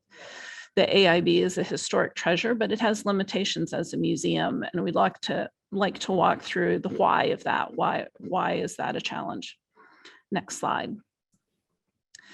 I think I'm off one. Could you go back one? I'm really sorry. Thank you. The first issue is the size and the shape of the space. The AIB has a great location, but is not large enough to house the museum program currently identified. The second issue is the program size and environmental conditions. For all the sites evaluated, we're thinking about how the programs of a museum would be accommodated. For AIB, this is critical because the environmental controls within the building are limited. That means in order to appropriately house public collection spaces, we need to create some areas with precision, humidity, and temperature control. Next slide. So what options exist to overcome that limitation? We looked at 3 options. The first option is to simply accept the limitations of the existing building, reduce the size and makeup of the museum program to fit the building. The result would be a smaller facility with limited public collection space, but a great location. Next slide. The next 2 options explore the ways to expand the building. In this option, we looked at going down within the existing footprint by adding an additional basement level in addition to the one you just talked about. This is an expensive option, but not impossible. This would increase the public collection space, but still fall short of our benchmark program. Next slide. Not surprisingly, excavating an additional basement pushes the building into the water table. So again, going down is not impossible, but it comes with cost and risk from the water table, and it still doesn't satisfy the benchmark program. Next slide. The last option looks at expansion to the south. It creates a scenario that takes advantage of the AIB's front door on the mall, uses the existing main floor space for non-collections programs, expands via a tunnel under Independence Avenue, and locates additional program space in a new building on the existing Forrestal site. The new space could include public collections and other spaces needed to meet the benchmark program. Of course, this means the acquisition of the Forrestal building would be required, which would mean additional cost and time. Next slide. So that was a high-level summary of the types of test fits and scenario planning we are incorporating into our analysis. Our work is ongoing for AIB and the other Tier 1 sites. Next slide. As that ongoing work continues and comes into focus, we will compile site ratings for comparison. Next slide. Let's take a look at the Tier 1 sites. These 14 sites are primarily south of the National Mall. The FBI and Northwest Capitol sites are north of Pennsylvania Avenue. A few sites do not have existing buildings. Other sites would be cleared through demolition of existing structures, and others have historic buildings that would remain and require exploration as to the level of modification needed to house a museum program within them. These sites represent a wide range of sizes, conditions, and capacities. And as we saw in our AIB example, it's easy to see that some sites may benefit from being combined. Next slide. As we apply the evaluation criteria and crunch the numbers, we are currently able to consistently evaluate 5 of the 6 criteria that Doug just walked through. The 6th high-level criteria, acquisition potential, is not yet fully defined. It will be further developed starting next month through discussions between Smithsonian and the external agencies with jurisdiction. So you can see only AIB has a score under acquisition because it already has a site. Next slide.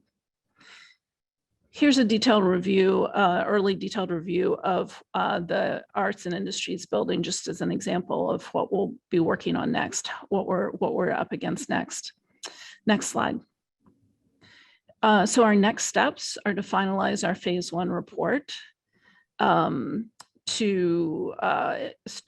phase 2 to incorporate Smithsonian leadership input on acquisition potential and strategy, to address feedback from external stakeholders, to reduce the number of sites further to focus on the best options, further develop architectural programming and site evaluation, and to continue the constituent engagement, including a national survey and site tours. And I think that wraps us up. So I think the next slide is questions. Thank you very much.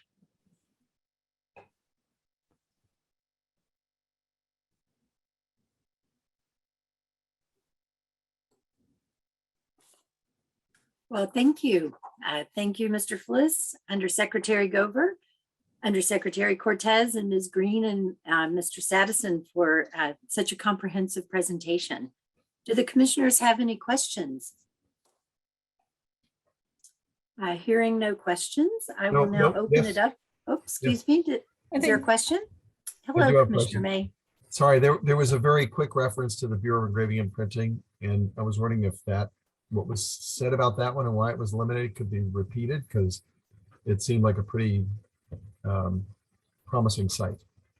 I can address that, Mr. May. I'm Ann Trowbridge, Associate Director for Planning. We are including the Bureau of Engraving and Printing facility, that print annex, I believe it's called, we're moving it up from Tier 2 to Tier 1 for further study in our next phase. Okay. That's a little confusing, but I'm glad to hear it. Yes, yes. Okay. Thank you. Thank you. Any other questions for our presenters? If there are none, I will now open it up to the commission for discussion, starting with. I had a question, I'm sorry. That's okay. And Commissioner Wright, I was going to call on you first. So why don't you go ahead and ask your question and start us off on the discussion. Thank you. You could have, you might have answered this and I missed it. I mean, I'm sort of unclear on the weight of the criteria, but of course I have to ask this as a GSA person. Several of the buildings on the list have are subject to very recent significant investment. And how much weight does that, is that a criteria? And how much weight does it have?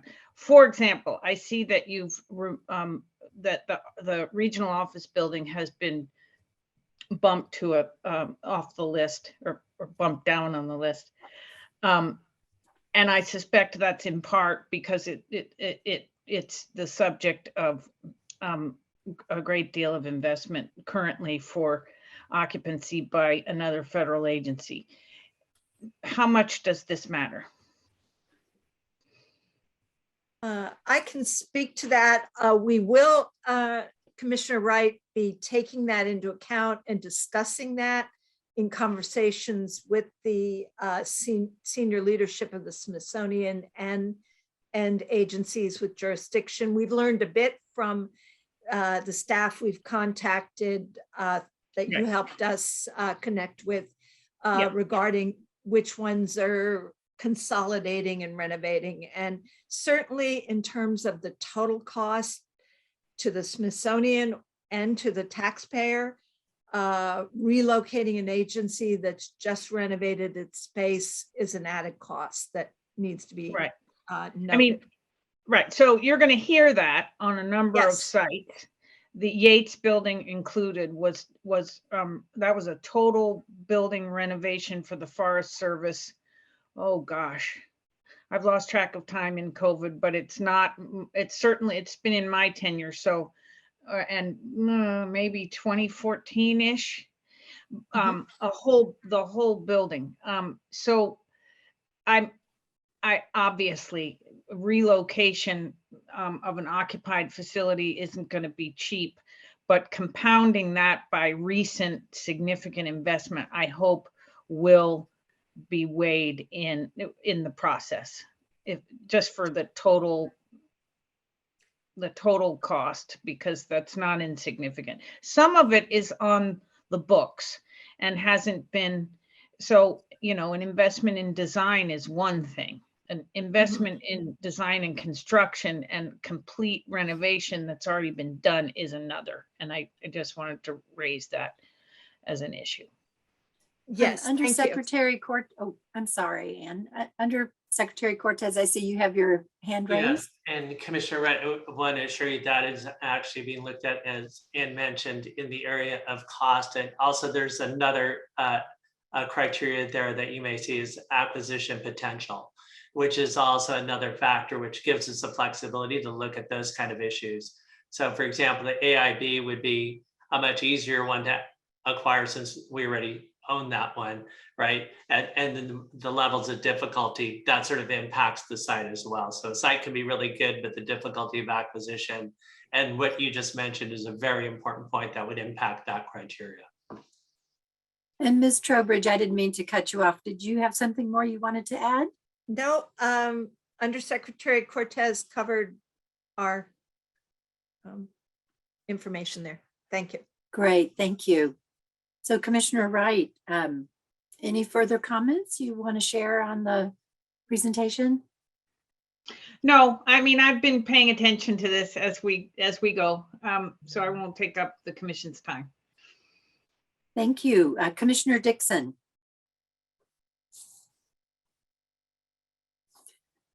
It seems Commissioner Dixon may still be having technical issues. We'll go to Commissioner Cash. Hey. Oh, Commissioner Dixon, you're back? I have no questions at this time. Thank you. Thank you. Commissioner Cash. I believe Commissioner Cash had to step away momentarily. He will return to the meeting. Thank you. Commissioner Davis. Yeah, thanks so much for this presentation on an important topic. I'll look forward to hearing more about the constituent engagement into the future, but appreciate the presentation. Thanks. Thank you. Commissioner Ginsburg. We're also really very interested in a lot of those properties. So great presentation. Curious to see how we move forward on with these decisions. So thanks. Thank you. Commissioner Steingasser.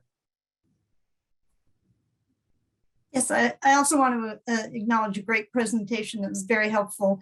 I think there's a lot of excitement in having two museums moving at the same time. It's an ability to create some real, not synergy, but critical mass in creating a new expansion area. Thank you. That's all I have. Commissioner McMahon. Great presentation. I've got no comments at this time. Thank you. Commissioner May. Thank you. Yes. Boy, I will have a lot to say about this as we get further along in the process, because we're just sort of getting a little taste of it now, right? We're understanding what the process will be. And certainly, many of the sites that are under consideration, I think will provoke a lot of discussion within NCPC and the many other agencies who will be involved, including National Capital Memorial Commission, which is chaired by the director of the Park Service and actually is represented by me. So that will happen on March 21st. So we will have another look at this at that point. As I said before, I'm very encouraged to know that the Bureau of Engraving and Printing might be back under consideration, because I think that that's a site that has tremendous potential. I know that the Smithsonian is aware of this, but there are some complications with some of the site selections because of the odd language in the authorization that encourages mall locations, but also says it can't be within the reserve, and some of those sites are within the reserve. So, but we don't need to go into the details of that. It's exciting to have this going. And I also I agree with Commissioner Steigesser that the potential with two museums is very different from, I think, the last time we went through this, and there's this potential to create a new critical mass, perhaps in a new location, and certainly proximate to the mall, but also breathe some life into some nearby areas that maybe need a little bit of energy. So I'm excited about that, and God, I gotta stop myself because I could just keep going on this stuff. But thank you very much. I appreciate it, and I'll save my other comments for the NCMAC meeting on the 21st. Thank you, Commissioner May. Commissioner Argo. I don't think I have. It was this is a lot to take in, and it's exciting. And I don't think since my term on the commission, we've seen anything quite like this. So I'm excited about as we move forward, about the potential and some of the other things that we'll be looking at as the commission as they come before us. So I appreciate all the work everybody's doing on this. There's a lot of different folks involved, and appreciate it. That's it for today. Thanks. Thank you. Well, I echo everyone's comments. I continue to be impressed by the scale of this analysis and the task that's in front of the Smithsonian and the museum sponsors. And I imagine this will not be the last two museums approved by Congress. So I do encourage the Smithsonian to continue their thoughtful analysis and to dig deep in the evaluation of the short list of sites. Some of these sites, as folks have noted, may not work this time around, but they could be good contenders for the future. And we appreciate that you're thinking about that. And it's likely that by the time these museums are built, Pennsylvania Avenue's transformation will be underway, and additional development and public space improvements will have occurred along 10th Street to Banneker and the Wharf. As Commissioner May said, the museums can be great catalyst for these types of activities as well. And we know that there are some areas that could be wonderful locations. So we appreciate that you're taking a look at that. So thank you for the briefing. I look forward to seeing your analysis and recommendations at the next briefing, and really appreciate you joining us today. On behalf of the Smithsonian, thank you very much for your time and review. Thank you. And now we will move on to agenda item 7B, which is an information presentation on the Bezos Learning Center at the Smithsonian National Air and Space Museum. And with us again is Mr. Fliss. Yes, thank you. So this is the last information presentation for today.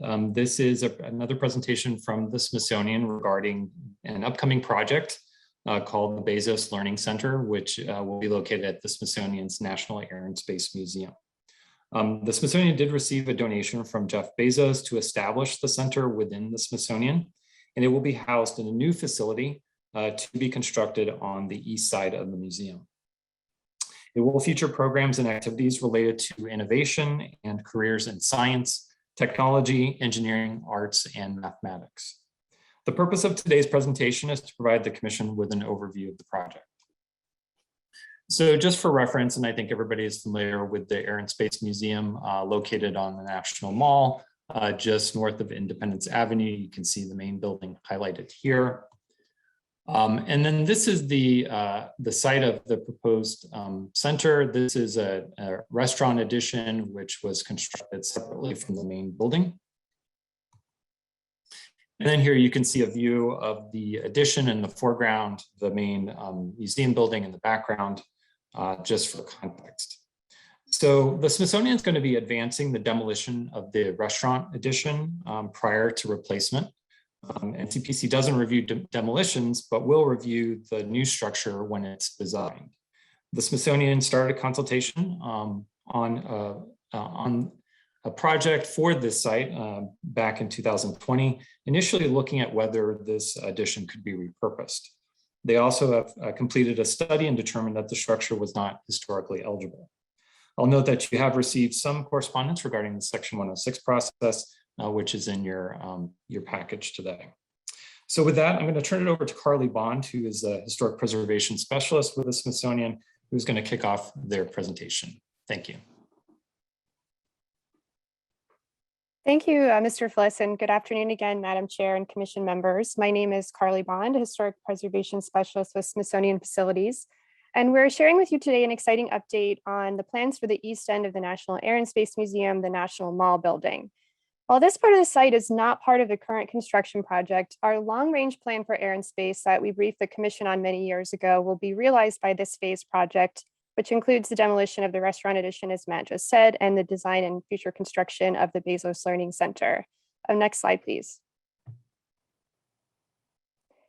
So I'm here today with Rick Flansburgh, Associate Director of Collections, Archives, and Logistics, Smithsonian National Air and Space Museum, to provide background information on the project, an overview of the Bezos Learning Center, and to review the Section 106 process and agreement document that will address the phases of the East End project.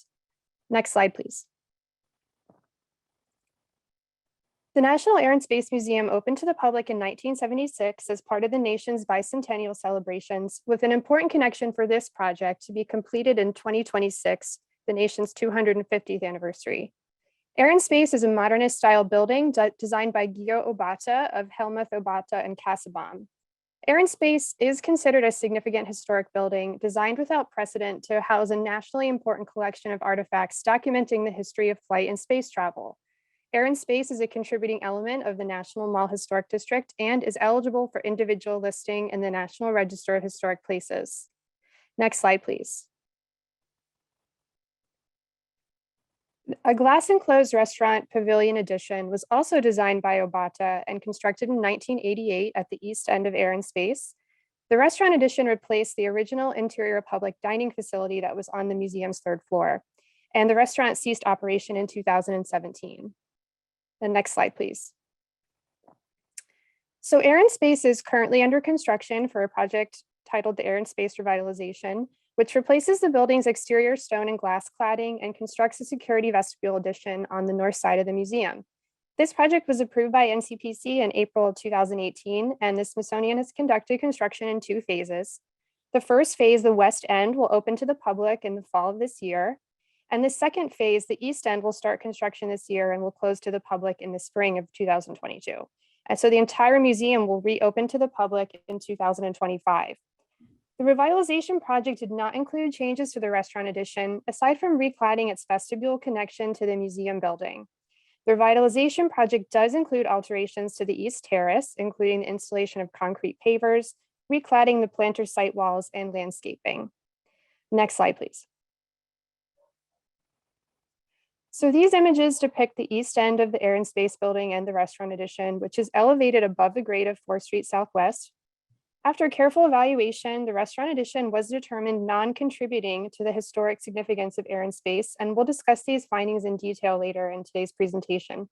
And now I'd like to introduce Rick Flansburgh for an overview of the Bezos Learning Center. So next slide, please.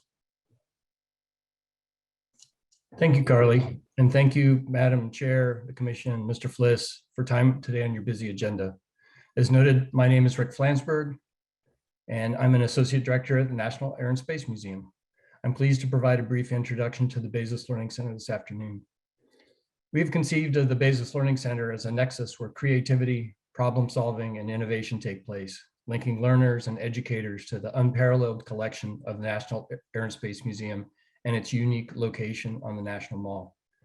As we proceed with our programming and design, we will pursue a building that will imbue the sense of wonder, curiosity, discovery, and energy that are the foundational elements of the programs planned to take within and around it. Next slide, please. In July 14th of 2021, Smithsonian announced that it would be receiving the largest philanthropic gift since its founding from Mr. Jeff Bezos. A portion of the gift supports the new exhibits within the museum, which we refer to as transformation. And the bulk of the gift provides for the construction, staff, and operations of a world-class center for education based at Air and Space. The next few slides outline the planning and design for the building, which is planned to be located at the site of the current restaurant, as was noted. Additionally, the Smithsonian expects to include some complementary items on the East Terrace, which I will expand upon shortly. Next slide, please.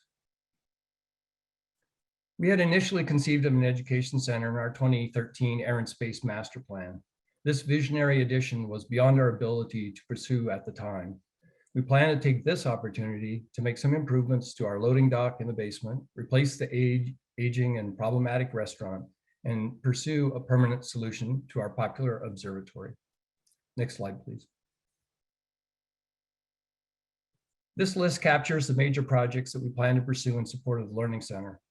Carly will provide some additional information regarding the restaurant demolition in Section 106 in a few minutes. The loading dock challenges are listed here, which will be studied how best to optimize the associated basement spaces. The Learning Center itself is expected to be located with the main entrance from the 2nd floor of the museum.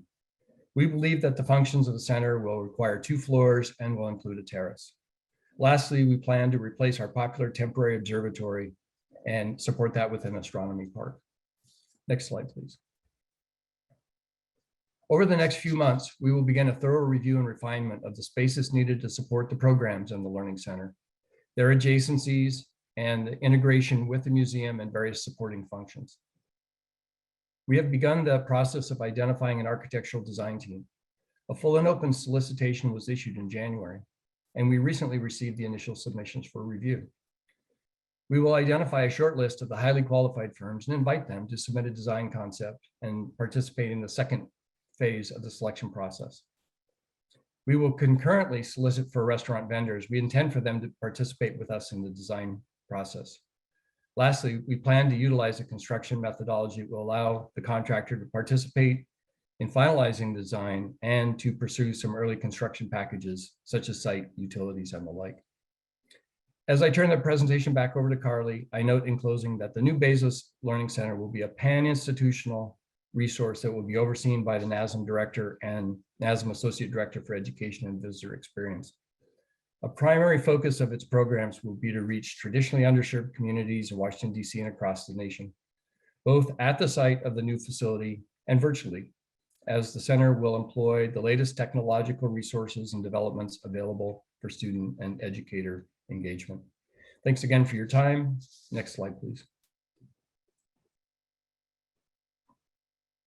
So we would now like to present the Commission an overview of Section 106 consultation for the National Air and Space Museum East End project. The Smithsonian conducted Section 106 consultation in accordance with the National Historic Preservation Act, evaluating the historic significance of Air and Space, the restaurant addition, and other later changes, and how Air and Space contributes to and how this project affects the National Mall Historic District, which resulted in a programmatic agreement that oversees the demolition of the addition and the design and construction of the Bezos Learning Center. Next slide, please. So as we've discussed, air and space is a contributing element of the National Mall Historic District listed in the National Register of Historic Places. The National Register documentation for the Mall Historic District places air and space's significant dates as 1972 to 76, which means that the 1988 restaurant addition does not contribute to the significance of the building. Concurrent with the planning and design for the revitalization project that's currently under construction, the Smithsonian evaluated air and space's individual eligibility for listing in the National Register, and it was determined eligible. As part of Section 106 process for this project, the Smithsonian reevaluated the determination of eligibility and the significance of the restaurant addition, seeking input from consulting parties, which are members of the public with a demonstrated interest in the project. Next slide, please. So for an overview of our consultation on the East End project to date, we initiated 106 consultation in May of 2020, at which time this project consisted of the demolition and replacement of the restaurant addition with a new dining facility. We held our first public consultation meeting in September of 2020, where we provided an overview of the project purpose and need and presented the findings from that determination of eligibility. And after a public comment period and revisions to the document, it was finalized. And then this project was placed on hold in early 2021, and dining facility concept designs were not developed. And then in July of 2021, the philanthropic gift was received, and the project changed scope to the demolition of the addition and the design and construction of the Bezos Learning Center.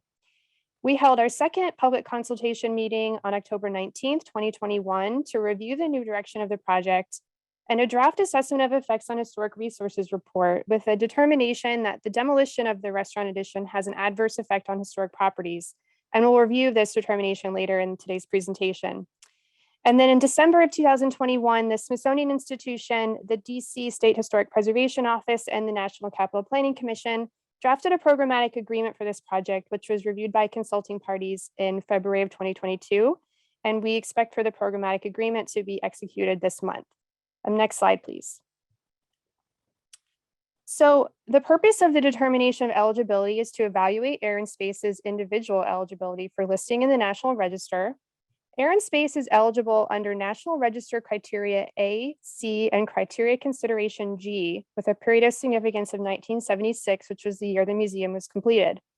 The restaurant addition and other later site and building changes post-1976 are compatible with the character of the building and site, but do not contribute to air and space's eligibility for the National Register. Air and space is individually eligible under criterion A, which is for properties that are associated or linked to events that have made significant contributions to broad patterns of American history. So air and space reflects the evolution of the Smithsonian Institution in the second half of the 20th century, in which the institution rapidly expanded and diversified and modernized its collections. So air and space is nationally significant for its collection relating to the history of air and space technology. Air and space is individually eligible under criterion C for properties that embody the distinctive characteristics of a type, a period, method of construction, or that represent work of a master or possess high artistic values. Air and space is considered an outstanding example of modernist architecture by a recognized master in the field, Gio Obata. The design of air and space successfully integrates contemporary architectural and engineering technology with the classical influences of the National Mall, accommodating a museum program without precedent in a highly regulated setting. Air and space meets criteria consideration G, which is for properties that have achieved significance within the last 50 years, which is the benchmark generally observed for the evaluation of historic properties. Now, the determination concluded that unlike the museum building, the 1988 restaurant addition has not yet attained the level of significance needed to meet exceptional importance under criteria consideration G. This is due to the recent date of the addition and similarities in the design of the addition with other major Hellmuth, Obata, and Kassebaum commissions of the 1980s, which also feature widespread use of glazing, space frame construction, and stepped or step-back elevations, which make it difficult to argue that the restaurant addition is a singular exceptional example of Obata's work. And finally, circling back to criterion A, air and space is nationally significant for the development of its museum program for the conservation, display, and interpretation of collections relating to the history of air and space technology. It's important to consider the purpose of the restaurant addition under this criterion.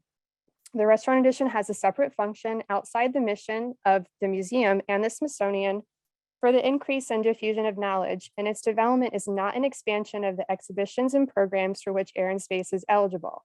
Now, that was a lot of information for one slide, but there is an important distinction to make for the National Mall Historic District, and we'll talk about that next.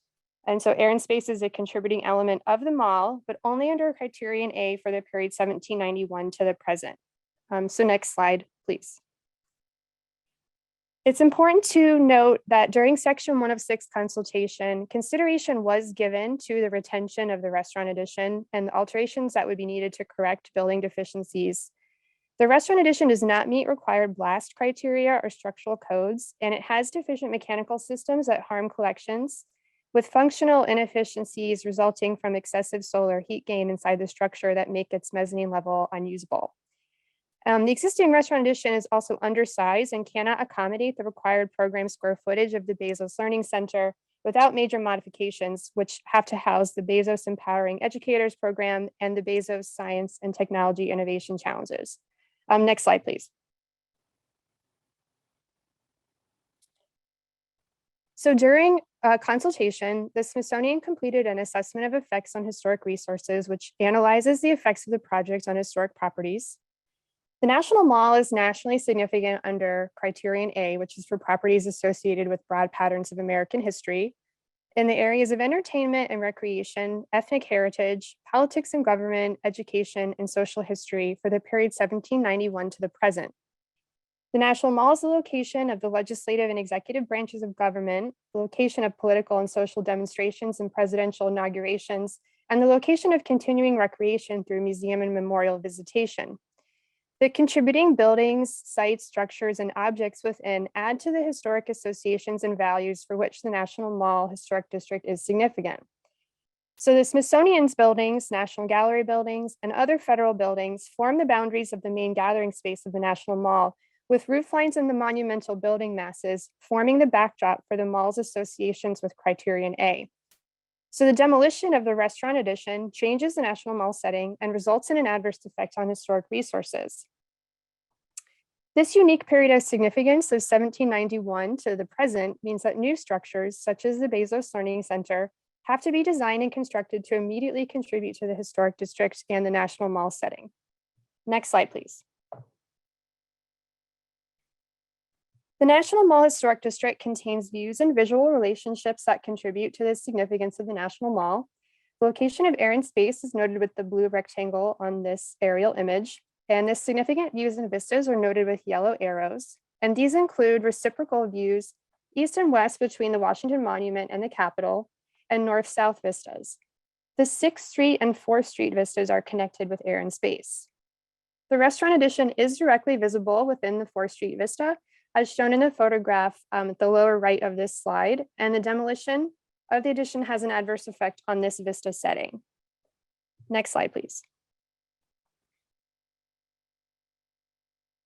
A programmatic agreement, or a PA, is a type of section 1 of 6 document that governs the resolution of adverse effects from a complex project like the East End, and governs the implementation of the entire project from the demolition of the restaurant addition through the design and construction of the Bezos Learning Center. The PA notes that the design and construction of the Learning Center has the potential to result in adverse effects on the National Mall Historic District and other historic properties, and includes stipulations that the Smithsonian will ensure are carried out. The PA identifies mitigation measures for the demolition of the restaurant addition, which include record documentation, the maintenance of the East End project webpage, and an interpretive signage panel on the history of air and space and the East End, installed somewhere in the East Terrace. That interpretive signage location will be developed concurrent with the design of the Learning Center. Other PA stipulations describe the Bezos Learning Center future consultation with information on program of the Learning Center, design framework, section 1 of 6 consultation and procedures, and schedule. Next slide, please. We'd like to talk a little bit about some of the more important stipulations in the programmatic agreement.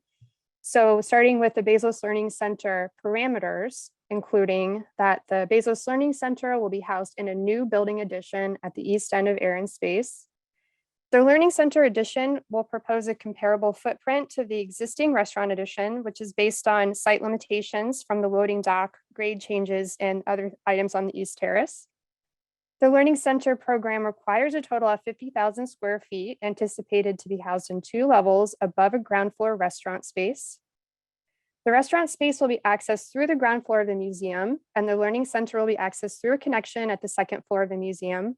There will be a small event space on the addition roof to accommodate 100 to 150 people for educational programming and events. Section 106 consultation on the Bezos Learning Center will establish a permanent location for the Phoebe Waterman Haas Public Observatory in the southeast area of the site, and an exterior astronomy park on the East Terrace. The outdoor astronomy park is intended to feature interactive exhibits to connect visitors to astronomy and planetary science. And the overall project will consider the design of the Learning Center addition, observatory, astronomy park as a cohesive system, considering site features on the East Terrace and the revitalization project's comprehensive landscape design. The programmatic agreement also contains stipulation language on the Learning Center design framework, requiring the following to be considered in the development of design concepts. Design concepts must respect the formal setting of the National Mall and the neighboring museums. Design concepts must respect the Air and Space Building and respond to its architecture and massing. Design concepts shall meet the Secretary of the Interior's standards for the treatment of historic properties for rehabilitation. Design concepts must carefully consider the Learning Center's addition's physical connection to air and space and materials. And finally, design concepts must consider and respect contributing vistas of the Mall Historic District, including the 4th Street North-South vista, the East-West view shed, and the building line established by the plan of the City of Washington. Next slide, please. So the PA contains stipulation language regarding Section 106 consultation process and procedures for next steps. So after the Smithsonian has completed the development of schematic design alternatives, the Smithsonian will formally reinitiate the next phase of Section 106 consultation. Consulting parties and the public will continue to have opportunities to participate in the project with an established schedule with critical dates and identified opportunities for consultation and comment, and we will maintain a project-specific website. The Smithsonian shall consider the adverse effects from design alternatives and use this analysis to inform the selection of the preferred alternative. And the Smithsonian will consult to identify ways to avoid, minimize, or mitigate adverse effects with agreed upon measures formalized in a separate memorandum of agreement. And finally, the programmatic agreement contains stipulation language regarding the project schedule. The demolition of the Air and Space Restaurant Edition will begin in the spring of this year. Section 106 consultation on design of the Bezos Learning Center is expected to begin in early 2023. The target construction start is 2024 with a target completion date of 2026. The programmatic agreement is in effect for 8 years, and should the Smithsonian not initiate construction activities for the Learning Center within a 6-year period from the date of execution of the document, the Smithsonian will pursue an alternative project that restores public use of the East Terrace. And this schedule is subject to change with notification. And next slide, please. So this brings us to the end of our presentation, and we appreciate the opportunity to speak with the Commission today regarding the National Air and Space Museum East End project, and we are available for any questions that you might have. Thank you very much. Thank you, Ms. Vaughn, Mr. Fliss, and Mr. Flansburgh. We really appreciate the thorough presentation and help walking us through the nuances of the 106. That was really very helpful. So I'll now open it up to the Commission for discussion. I will start with Commissioner Argo and then go in a round robin format. Please keep your webcams on. And if there are any questions, maybe I should ask that first before we start with Commissioner Argo. Right, hearing no questions, Commissioner Argo. I don't have any, I don't have any questions at this time. I'm sitting here taking mad notes, and there's a lot of information to take in, but it's very exciting. The Air and Space Museum is one of the first places I visited when I moved to this wonderful Washington, D.C. many years ago.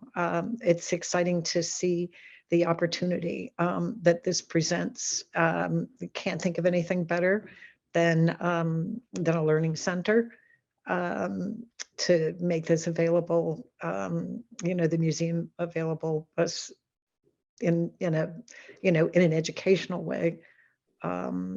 So it's exciting. It's really exciting. Thank you.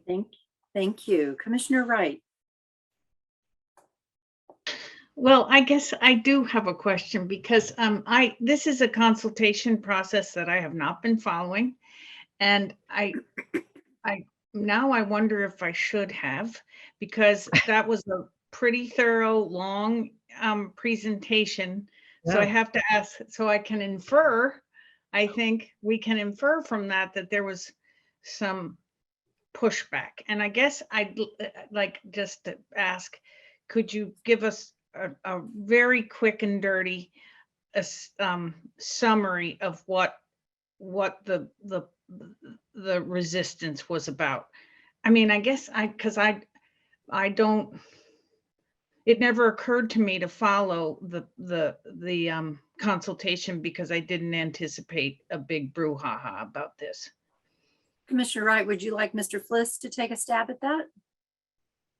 Whoever can stab it is fine with me. I just want a direct answer instead of being super diplomatic. Let's just get right to it, because it seems like a long presentation and the Smithsonian went to a lot of effort to outline the process. So that says to me there was some friction about this, and it never occurred to me that there would be. Yeah, Mr. I Fliss? believe there was some discussion about the contents of the determination of eligibility, some of the nuances that I actually will defer to Ms. Bond to talk about more, since she's been more involved with that. Right, Well, Ms. Bond. Thank you. We wanted to spend the time today to really explain to the commission the efforts that went into analyzing the historic significance of both air and space, but also how air and space contributes to the National Mall under Criterion A, which isn't something that gets a lot of attention. I think consultations often really focused around Criterion C, which is really not up for discussion here because of the National Mall's documentation and how air and space contributes. So that's why we wanted to spend a lot of time talking about it today. This project actually did not result in a significant amount of comments from consulting parties. There was one consulting party in particular. It's the organization Docomomo, which is involved with the documentation and conservation of the modern movement. And some of their concerns about the determination of eligibility were that they didn't agree with our interpretation of the restaurant edition being separate in how area. I'm sorry, I'm foaming a little bit, but it's hard to explain in some ways how air and space is eligible for the National Register. So it's nationally significant for its collection and for the expansion of the Smithsonian Institution, not because it has a restaurant attached to it. So right, got that. That seems very clear to me. That's why I'm asking, because it seems like the issues are not difficult to slice and dice. There is one other issue I'd like to just point out that they've raised with the commission and also with the Smithsonian.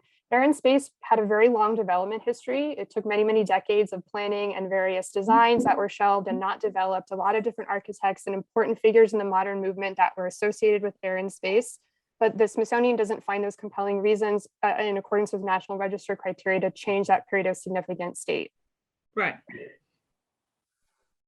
Commissioner Wright, I would add also that we were surprised to learn that NCPC did not approve demolition of projects such as the restaurant wing. And so in consultation with Diane Sullivan, we felt we had to give the public and your commission a thorough accounting of what we're doing before that happens. And Ms. Trowbridge, I recognize your voice. I saw your camera went off, but I wanted to make sure folks knew who was speaking. So thank you for that. Thank you. Ms. Wright, does that answer your question? Yes, it does. Thank you. Great. Any other comments? No. Thank you. Commissioner Dixon. The presentation sounds great, and I'm looking forward to having a meal in the restaurant at some point. Thank you, Commissioner Dixon. Commissioner Cash. Great presentation. I guess we'll all be missing that McDonald's that we all think of probably so fondly from having to get through the lines and sitting with massive groups of children, but It looks like this new addition will be something that will serve them even more than fries and burgers. So thanks you for the information, and look forward to the project. Thank you. Commissioner Davis. Yeah, thanks for the presentation. I don't have any additional comments. Thanks. Commissioner Ginsburg. Thanks for the presentation. I look forward to visiting the facility. Thanks. Commissioner McMahon.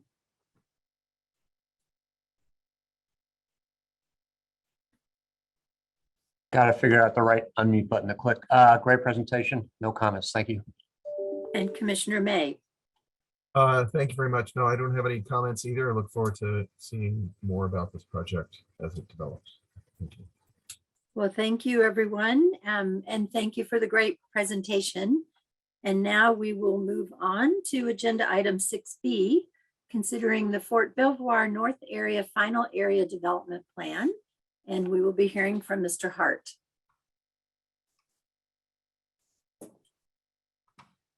Yeah, give me a second. I will have to share this screen. Thank you, Mr. Hart. It should be on now, hopefully. And I'm assuming you can hear and see me.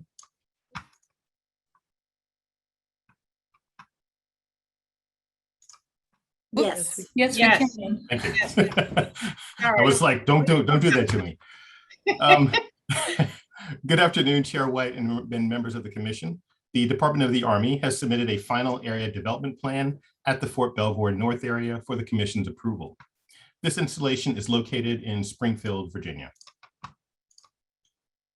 As a reminder, the Fort Belvoir North area, or FBNA, is an 804-acre parcel located approximately two miles north of the main Fort Belvoir installation and just outside of the Capitol Beltway. It's located here, circled here, and it's located in Fairfax County.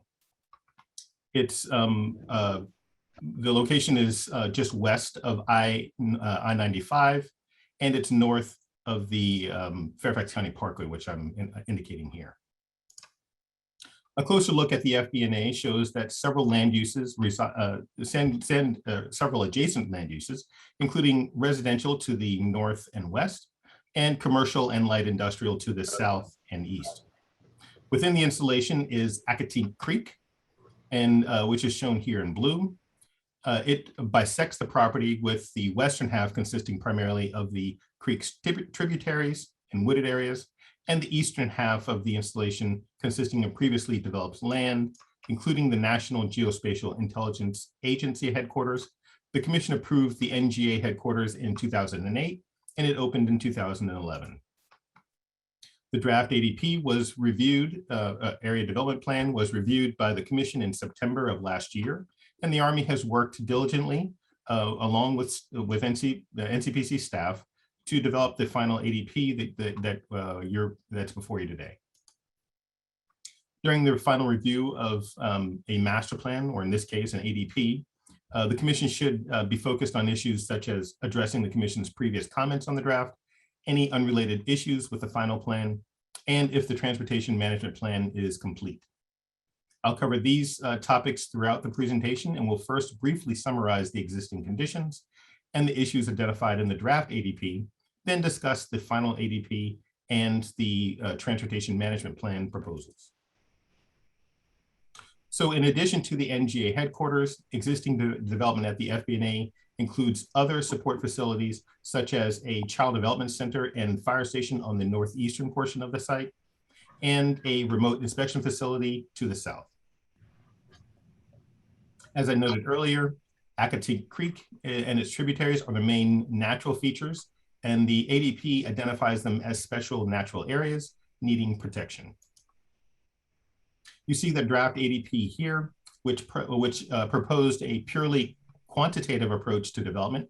For example, it identified the forested areas on the west as highly suitable for development, seeking to demonstrate the maximum capacity of future development at the FBNA. The primary issues raised by the Commission during the draft review focused on the proposed capacity development framework, the associated environmental impacts, and transportation management and parking.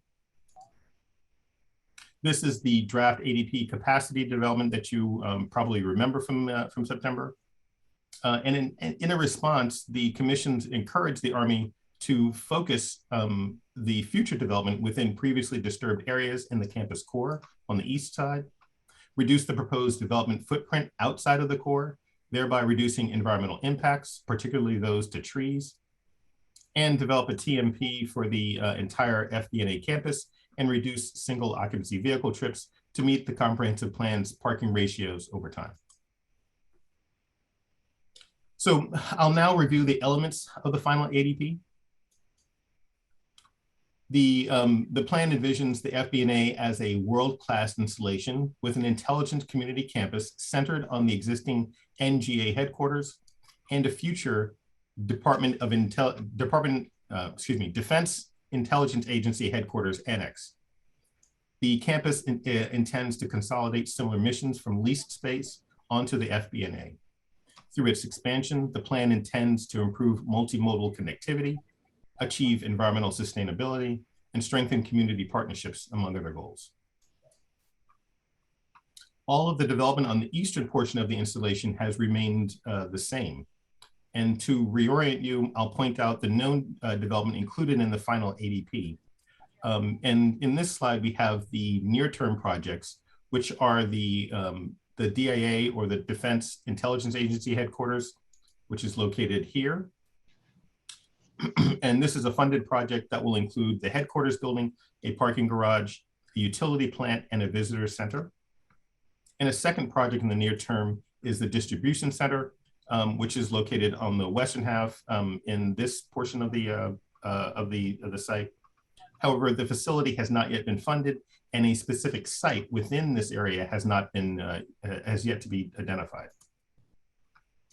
Now we move to the midterm projects. This is the site for the Joint Intelligence Logistics Center is circled here. And other midterm facilities include an unnamed tenant facility in the south portion of the site here, a fire station addition, and a parking structure on the north. The plan no longer includes site-specific plans with building footprints, road networks, and parking areas.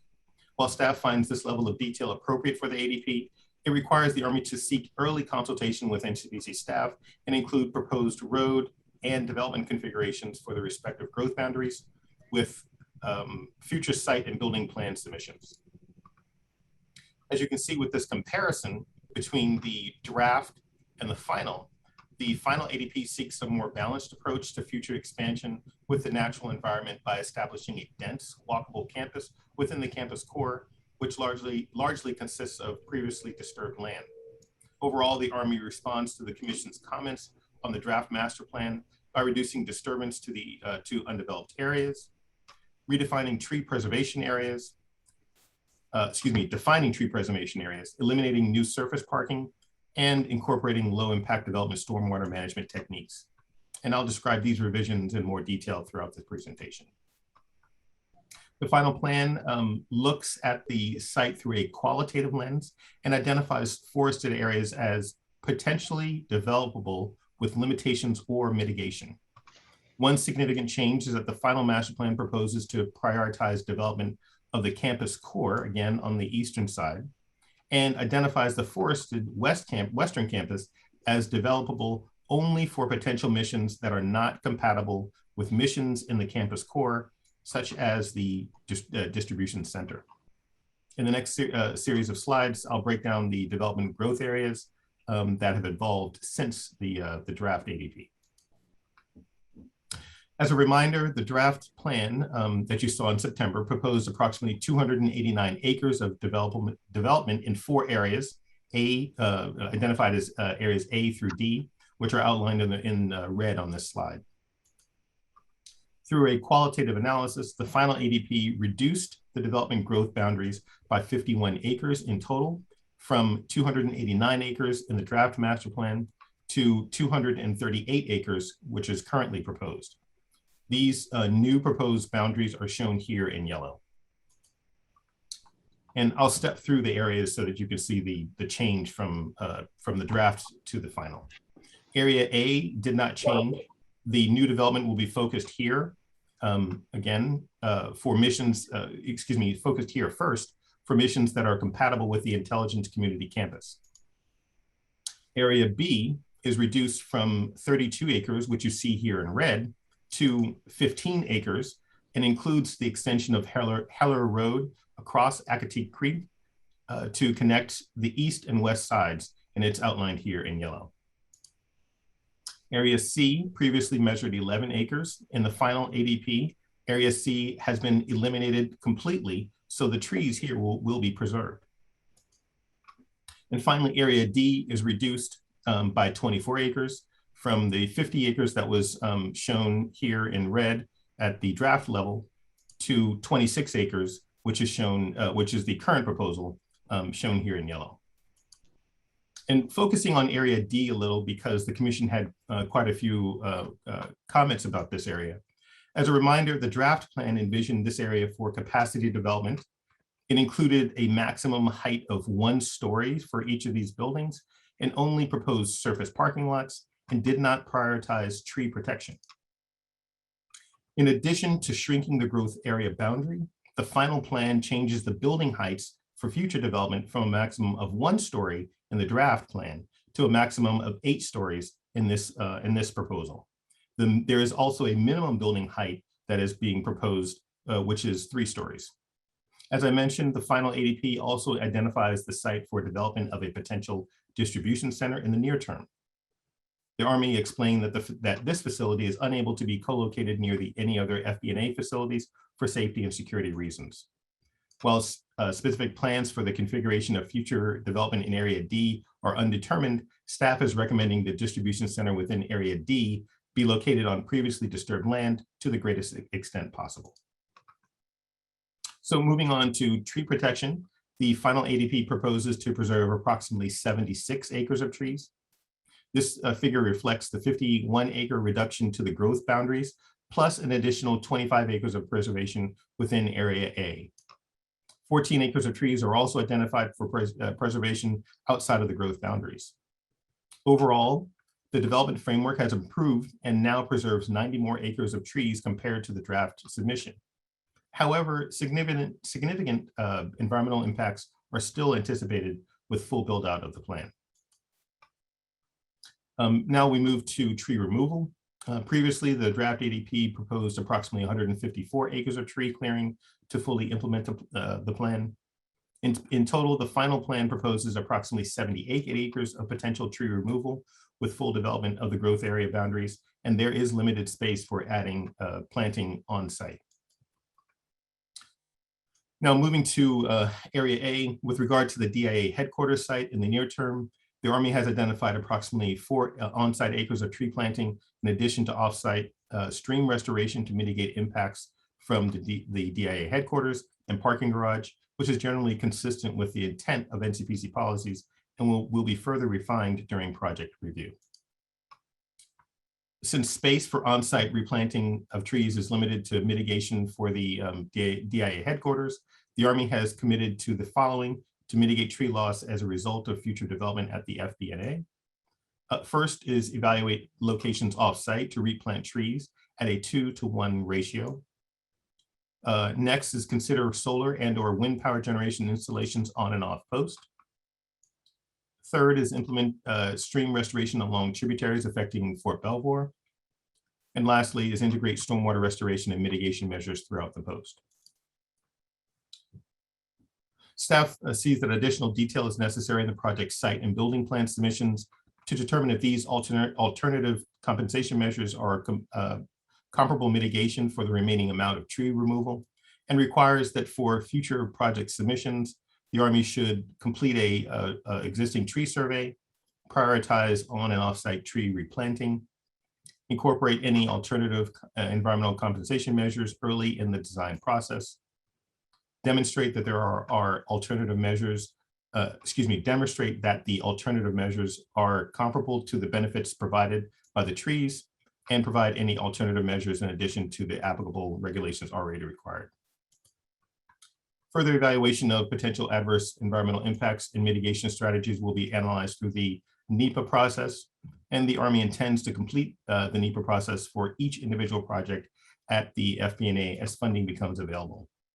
As such, staff requires the NEPA process for each future project include existing and planned unbuilt projects in the evaluation of cumulative impacts, and includes NCPC in the NEPA scoping process.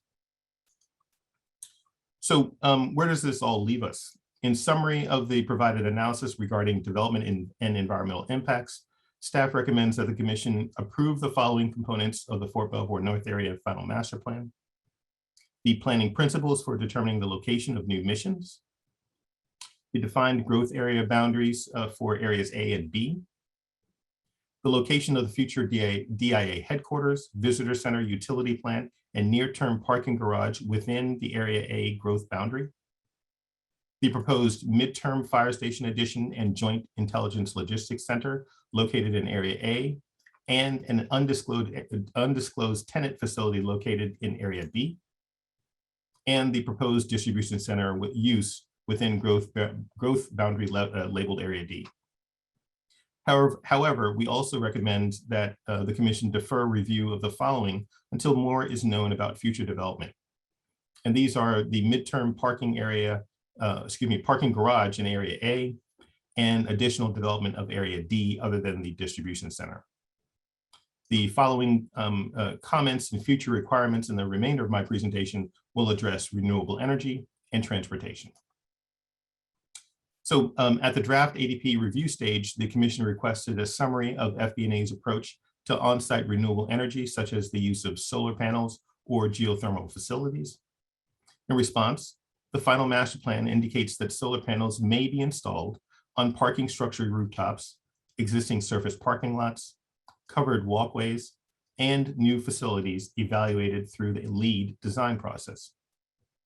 Under the current proposal, new facilities would be constructed to a standard of LEED Silver. While this is comprehensive, the LEED rating system does not currently incorporate renewable energy as a prerequisite, and a project can achieve a high level of certification without earning the renewable energy credit points available. Therefore, staff recommends the FB&A prioritize LEED's renewable energy credit points to achieve green building certification of its facilities. The commission also requested additional information from the Department of Defense about how it is addressing the administration's executive order on climate change, which is EO 14008, and when renewable energy is considered in the planning process. The Department of Defense's Climate Action Plan creates a strategic framework to meet the directives of the EO 14008 and is also acting on requirements in several other executive orders with a commitment to achieving carbon-free electricity and net zero installations.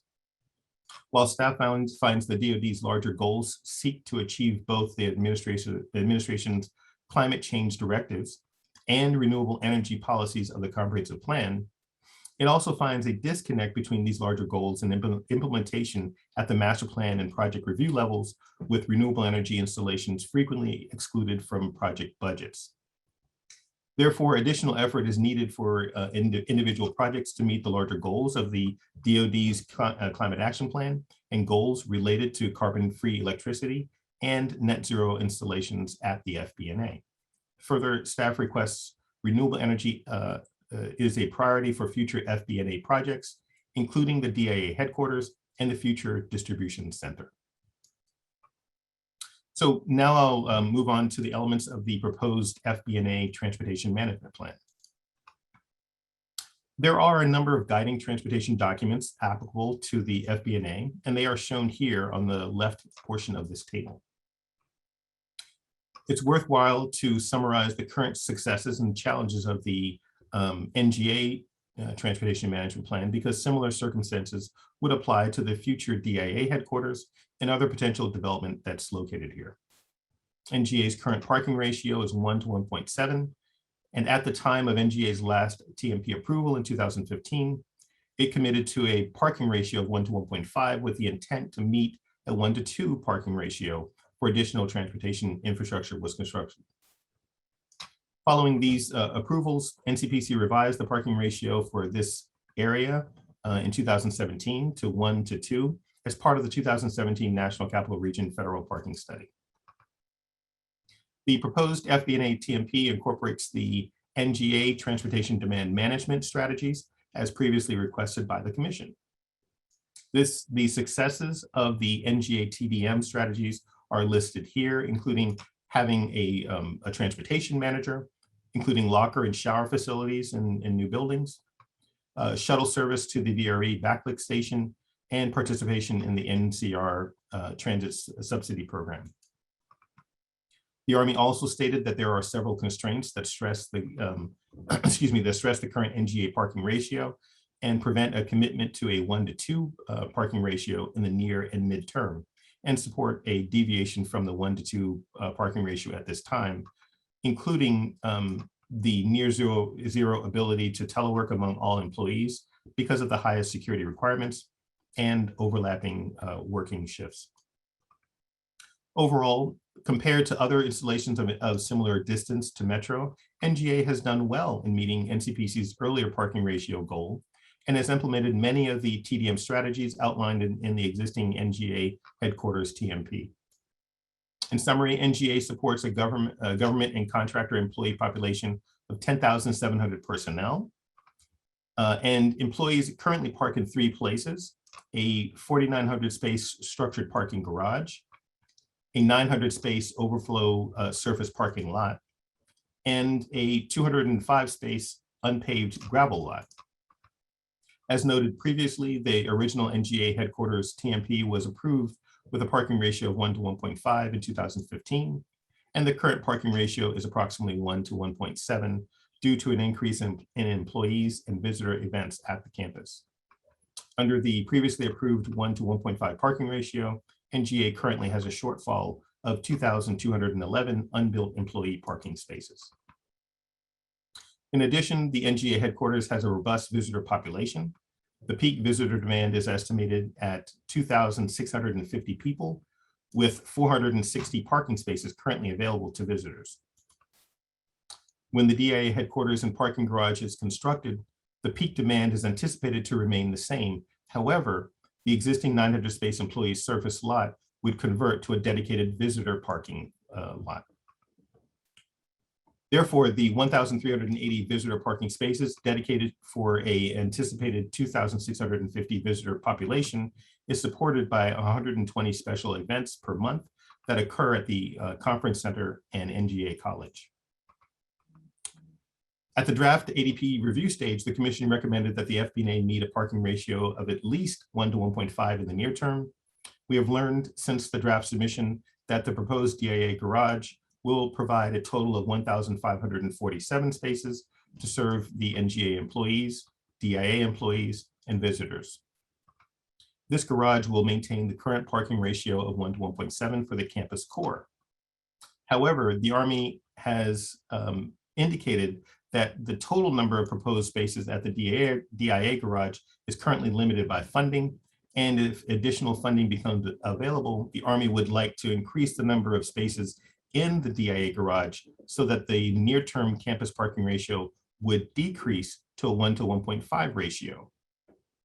The Commission is only approving the DIA garage size for a 1 to 1.7 campus parking ratio at this time, and staff finds more specific TMP data would be needed for the Commission to consider a decrease to the current campus parking ratio.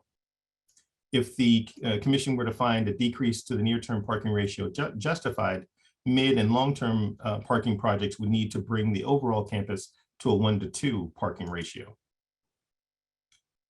The final ADP also proposes to construct a parking garage in the midterm on a portion of the existing overflow parking lot shown here. The size of this garage and the number of parking spaces is undetermined at this time and will be driven by future program. As noted previously, the Commission is only approving the DIA garage for a 1 to 1.7 parking ratio at this time and is deferring action on this proposed midterm garage. The midterm garage will be sized in accordance with the future TMP, and that will be reviewed by the Commission. The Army intends to work towards a 1 to 2 parking ratio goal over the long term, but the stated constraints will prevent near and midterm projects from reaching this goal. Further, the applicant intends to prepare a more robust TMP for the FBNA, but additional time is necessary to seek funding, coordinate with various missions, understand post-pandemic transportation, and realize the potential campus population associated with future development. As such, staff requests that the applicant return to the commission in approximately 2 years, or when early planning begins for the next master plan project after the DAA headquarters, with an update to the FBNA TMP. The update should identify a few things: specific mode split data, existing parking utilization rates, additional information about the need for and amount of overlapping shifts, TDM strategies to incrementally improve the campus parking ratio and achieve a long-term parking ratio of 1:2. Reinstating the FBNA shuttle service between the metro station and campus. And finally, understanding capabilities to bus visitors to and from the FBNA during special events, such as conferences. Now I'll move to interjurisdictional coordination. Fairfax County provided additional comments on the final ADP. Overall, the county finds the proposed revisions in the final ADP are an improvement over the draft ADP submission and encourage the Army to pursue LEED Gold certification for future buildings, consistent with the LEED certification of the NGA headquarters. In addition, Fairfax County would support a partnership with the FBNA to address tree mitigation needs, including tree replanting in areas within the county near FBNA. Therefore, staff recommends that the commission request the Army continue coordination with Fairfax County as individual projects implementation proceeds. Coordination should include, but not be limited to, the NEPA scoping process. And that leads me to the executive director's recommendation, which I have actually incorporated into my presentation and can be found in the staff report, so I will not read them here again. I'll also note that Dr. John Bellamy, the NGA program manager at FBNA, is here to provide some brief remarks, and Colonel Tammy Harris, who is the Deputy Director of Real Property with the Office of Deputy Assistant Secretary of Defense, is here also to respond to the Commission's comments from the September meeting regarding larger DoD issues. Those written responses to the Commission's questions can be found in Appendix A of the staff report. And with that, I conclude my presentation. I'm available along with the representatives from Fort Belvoir and the Office of the Secretary of Defense to respond to your questions. Thank you.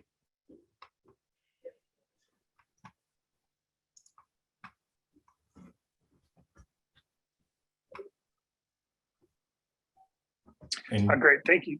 Thank you, Mr. Hart. This is John Bellamy, and I really appreciate the thorough and very articulate summary of the project. And so we also wanted to thank Ms. Sullivan and Ms. Free. We've worked diligently to make sure that we fully understand NCPC's positions and their values, and make sure that we can create common value as we go forward with this process. So again, thank you very much.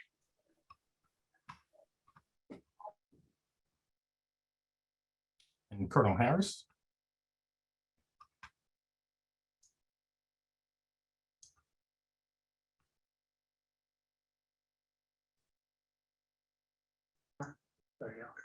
We can hear you now. Okay, thank you. Good afternoon. As mentioned, I'm Colonel Tammy Harris from the Office of the Deputy Assistant Secretary of Defense, or DASD, for Real Property. And I'm joined by my boss, Mr. Ron Tickle, the DASD for Real Property, Mr. Mike McGee from the Office of the DASD for Energy and Environment Resilience, as well as representatives from our Office of the DASD for Construction, as well as our respective teams. Together, we fall under the larger umbrella of the Office of the Assistant Secretary of Defense for Energy, Installations and Environment, or EI&E. That office is responsible for operational facilities and energy management and resilience, installation, maintenance, management, sustainment, and resilience, basing, construction, acquisition, management, and disposal of real property, housing, and environmental planning compliance, cleanup, resilience, and natural and cultural resource protection.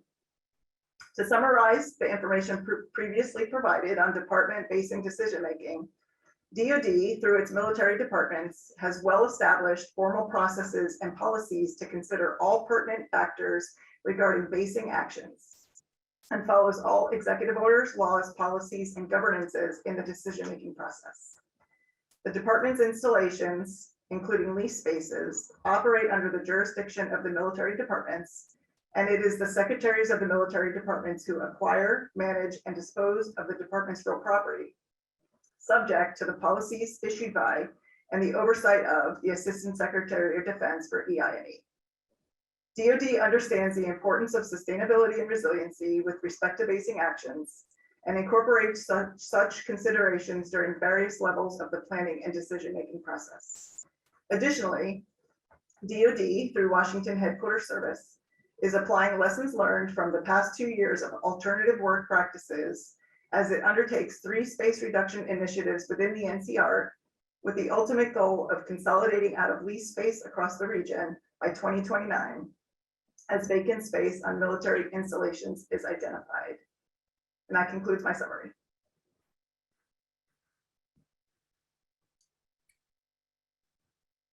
Thank you, Colonel Harris. And thank you, Mr. Bellamy and Mr. Hart.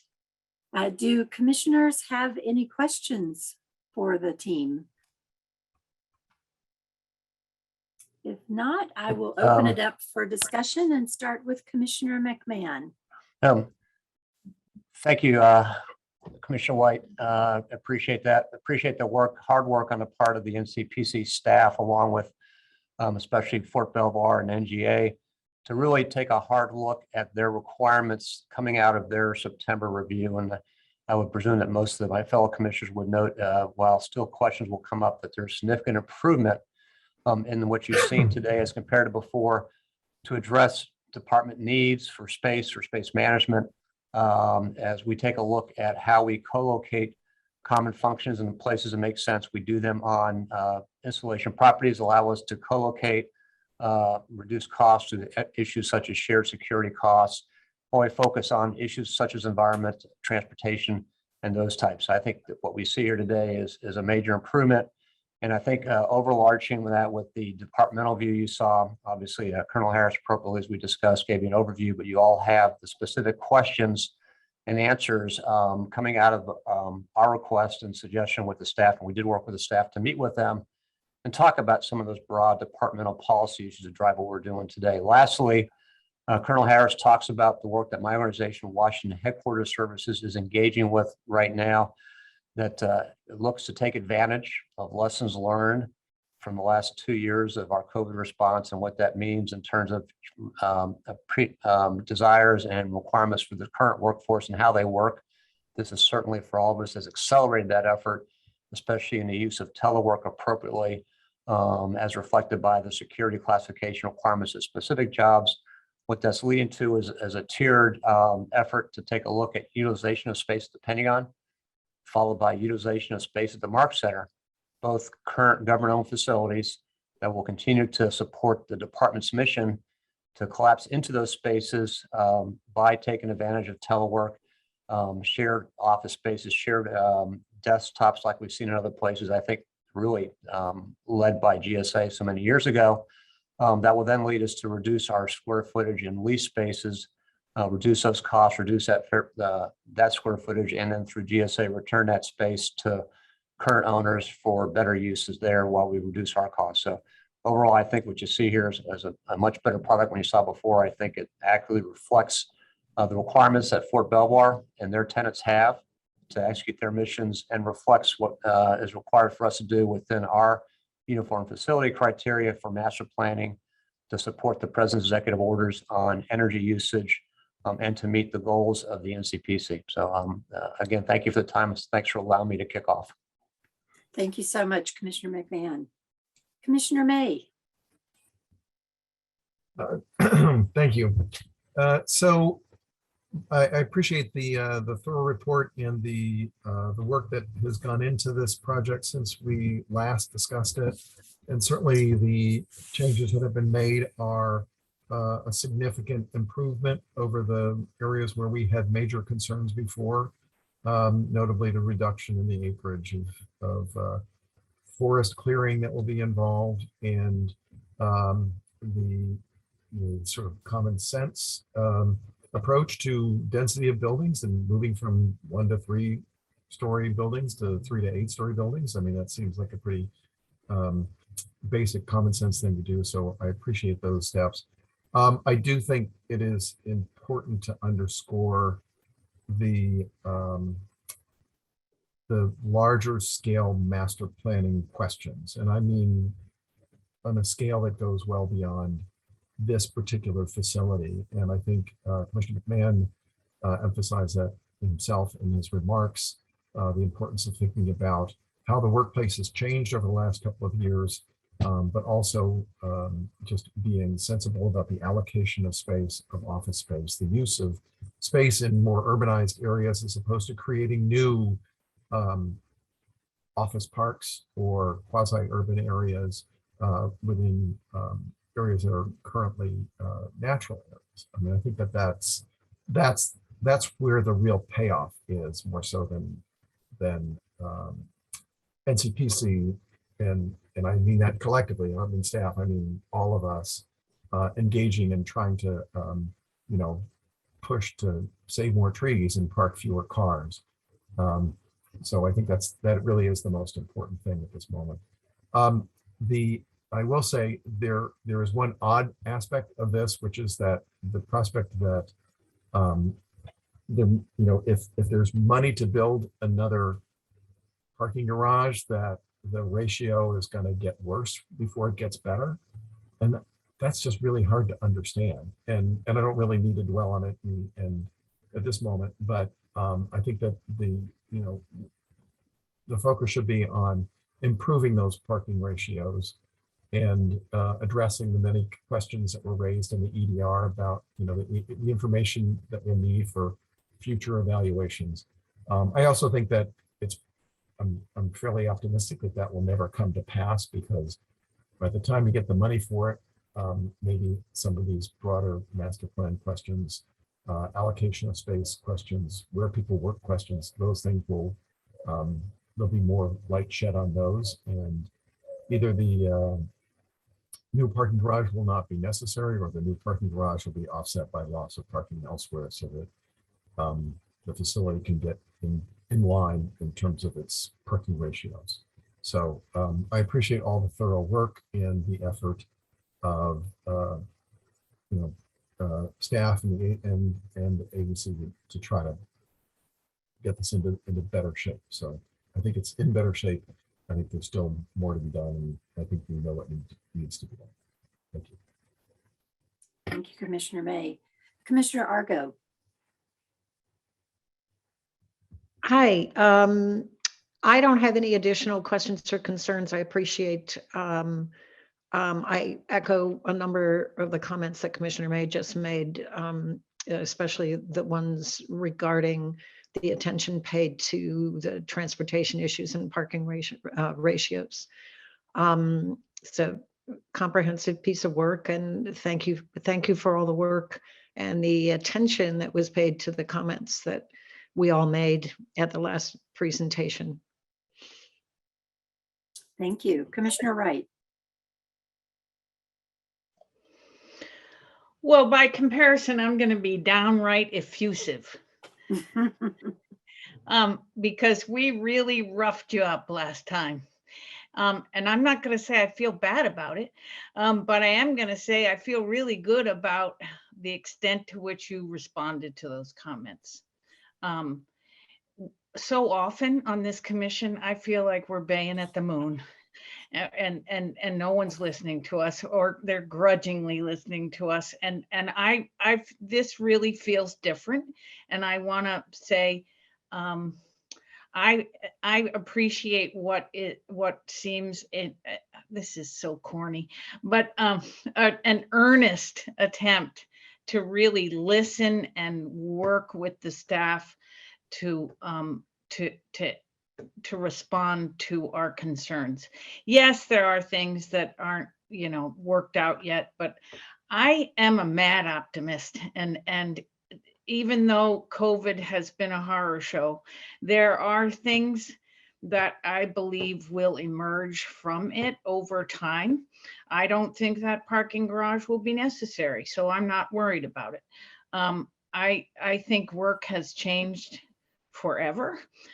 We don't know what it's going to look like yet. The key to over the next several years, it's not going to be solved in the next 6 months, because people who have the latitude, who aren't working in, very high security jobs that need to be on site, I think we need to pay attention to their behaviors, and it's going to take a bit to figure out the right balance. But I do believe the days of 5 days a week in the office are over, and that's good for our workforce. I think it's good for the environment. It's good for, I mean, there is a silver lining coming out of all this. So I'm not worried about the parking garage, and I'm not too worried about the parking ratio moving forward. Mostly, I want to just underscore that I'm very happy to see the office park gone on the on those low-rise buildings were what I remember most. And your efforts to save trees are, again, I sound like a cornball, but all this stuff is very important, and I'm very appreciative that you listened. Thank you, Commissioner Wright. Commissioner Dixon. Thank you, Madam Chair. I trying to compose myself here to not take up too much time, but my thrust, first of all, I appreciate particularly what Commissioner Wright just said about the automobiles. I think that is going to become a changing issue for us very soon. But and I do appreciate the focus that was in the presentation on renewable energy, and the clear effort to speak to solar in particular.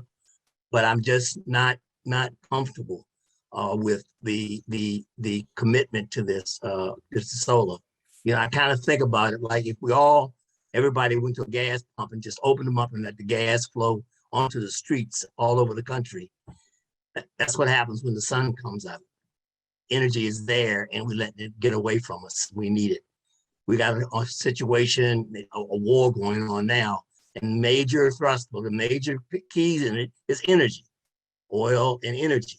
And we have a chance with our work in the military construct, all that, both plans, and they need to begin to really try to put solar in or energy wherever they can. I mean, that should be more important than how many cars, how many trees. We need to include that and fund it. I mean, the funding that we got now at the federal level for infrastructure, the government should not have to ever worry about money to pay for solar, and we just need it. So I don't know how to say it any louder or any stronger, but we tick it off and we integrate it into a lot of words. But we got to start putting panels and solar ways to capture the energy that's being given to us every day. Every day. The other point I want to make, and it's somewhat related.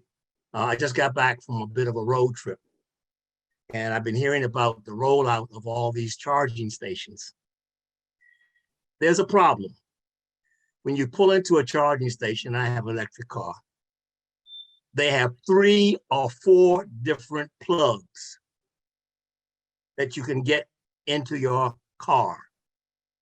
Now, if I had that problem in my home and I couldn't put a lamp in because the plug in one house didn't match the one in the other house, that would be crazy. That's almost like going to other countries. They need to be some effort nationally to standardize the plug systems, the plugs. I mean, there were 3 stations in this particular parking area when I went to charge in. I had enough gas because I have a PHEV, a power that has both gas and electric. But one of them were about 5 or 6 or some more Tesla plugins. They didn't fit my car. There were another 10, maybe fewer, plugins that had 2 outlets that were for some other provider. They didn't fit my car.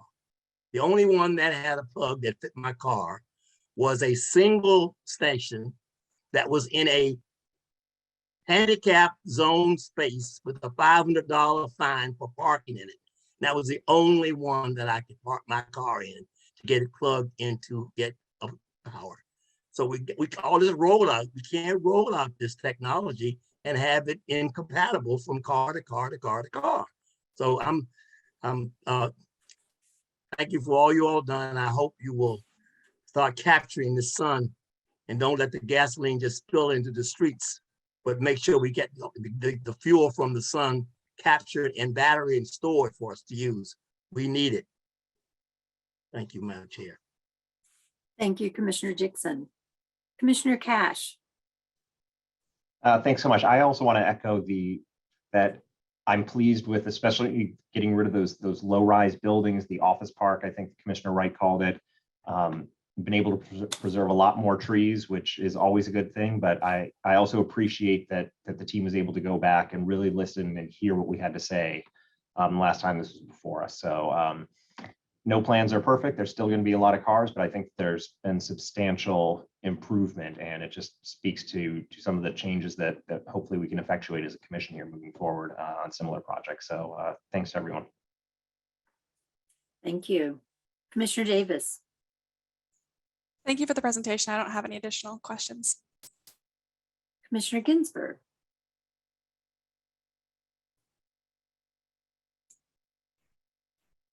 I believe Commissioner Ginsburg has had to step away. Thank you, Julia. Commissioner Steingasser. I don't have any additional comments. Thank you. Thank you. Are there any further comments or questions that people want to raise? Well, I also want to thank everyone on the Army team and for taking a step back, reevaluating your approach to the master plan. Clearly you have a lot of grateful commissioners, the way you approach this and made significant changes and working with us to achieve common goals. I think it's greatly improved. And it's great to see it prioritize using previously disturbed land first. And I recognize there'll still be significant impacts if the intelligence community consolidates its function to this campus. But we also understand the benefits of consolidation, especially out of lease space. So we look forward to working with you on that. And now that the focus turns toward how new projects are designed with appropriate mitigation in mind, again, we want to work with you toward our common goals of sustainability, which we take very seriously. So we look forward to future projects meeting a high bar that you all are hoping to achieve by what you've done to date.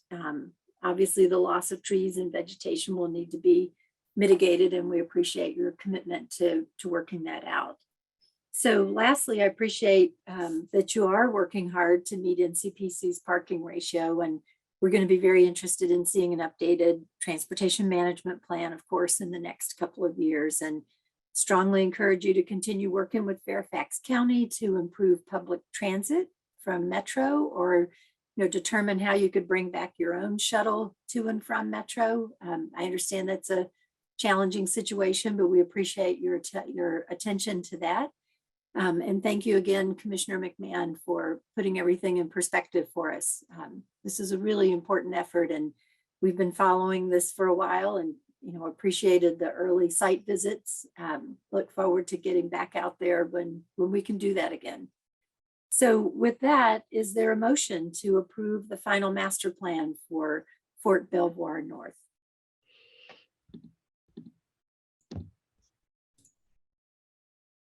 So moved. Thank you, Commissioner Wright. Is there a second? I second it. Thank you, Commissioner Dixon.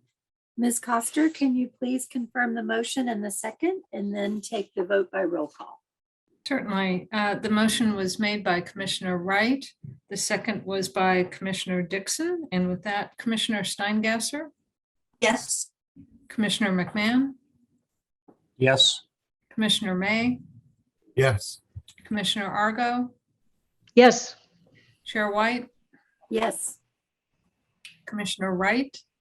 Yes. Commissioner Dixon? Yes. Solar. Thank you for that sunny thought. Commissioner Cash? Yes. Commissioner Davis? Abstain. And Commissioner Ginsburg I believe has left the meeting. Well, the motion is approved. Thank you, everyone.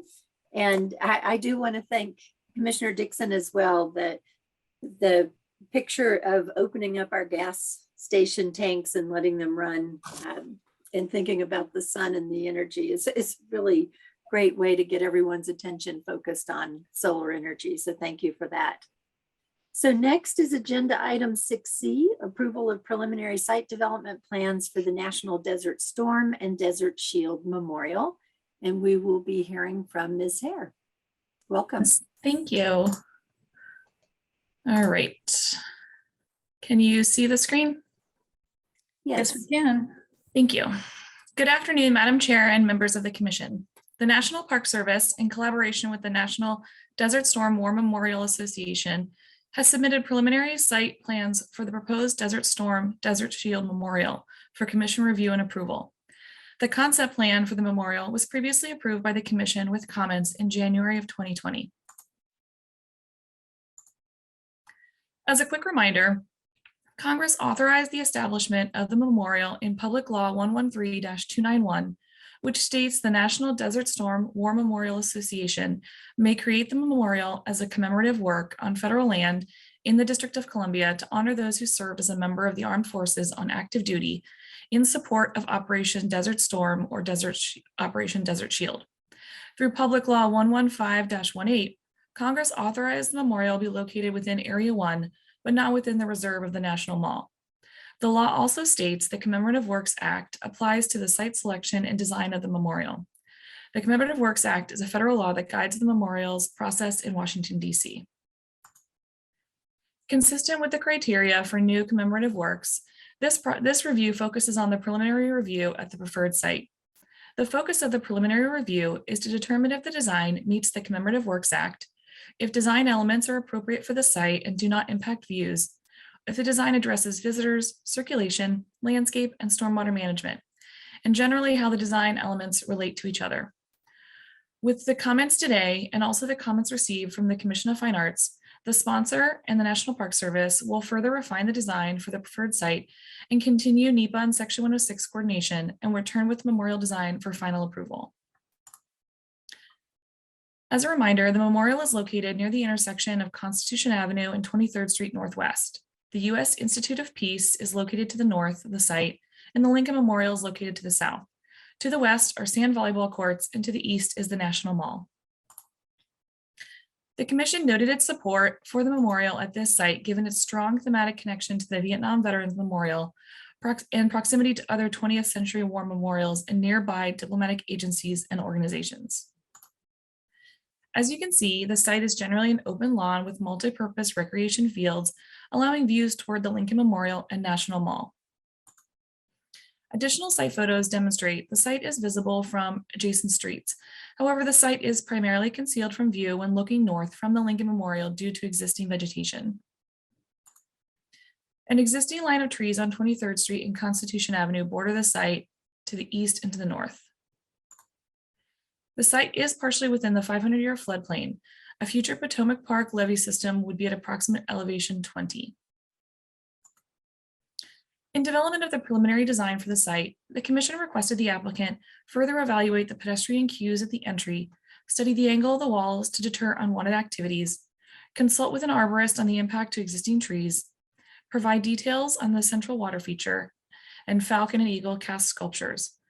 The Commission also recommended the applicant consider alternatives to the proposed statues.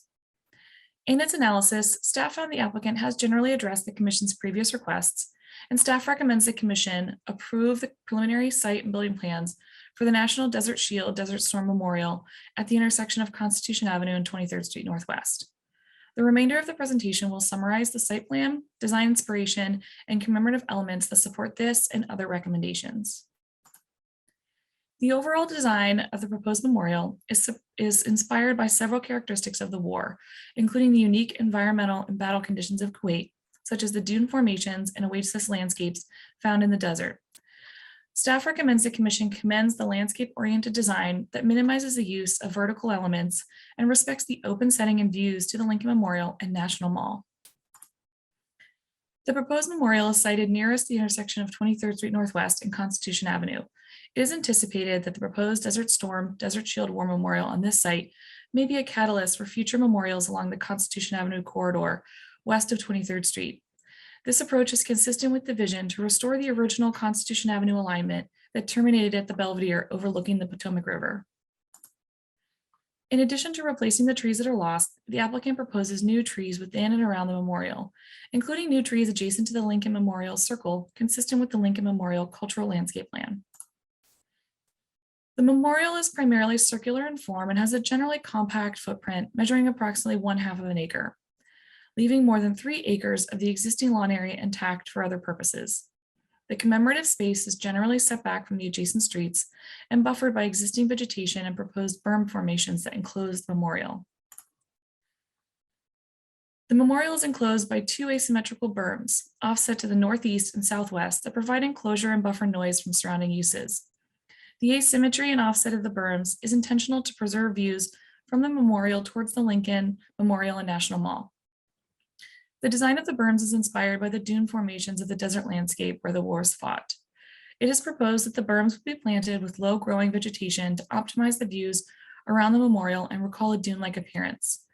Staff still has questions about the treatment of the berms and recommends the commission request the applicant determine if the angle of the walls and berm treatment are designed to sufficiently deter unwanted climbing and similar activities. The applicant has updated the memorial to focus the commemorative framework on service.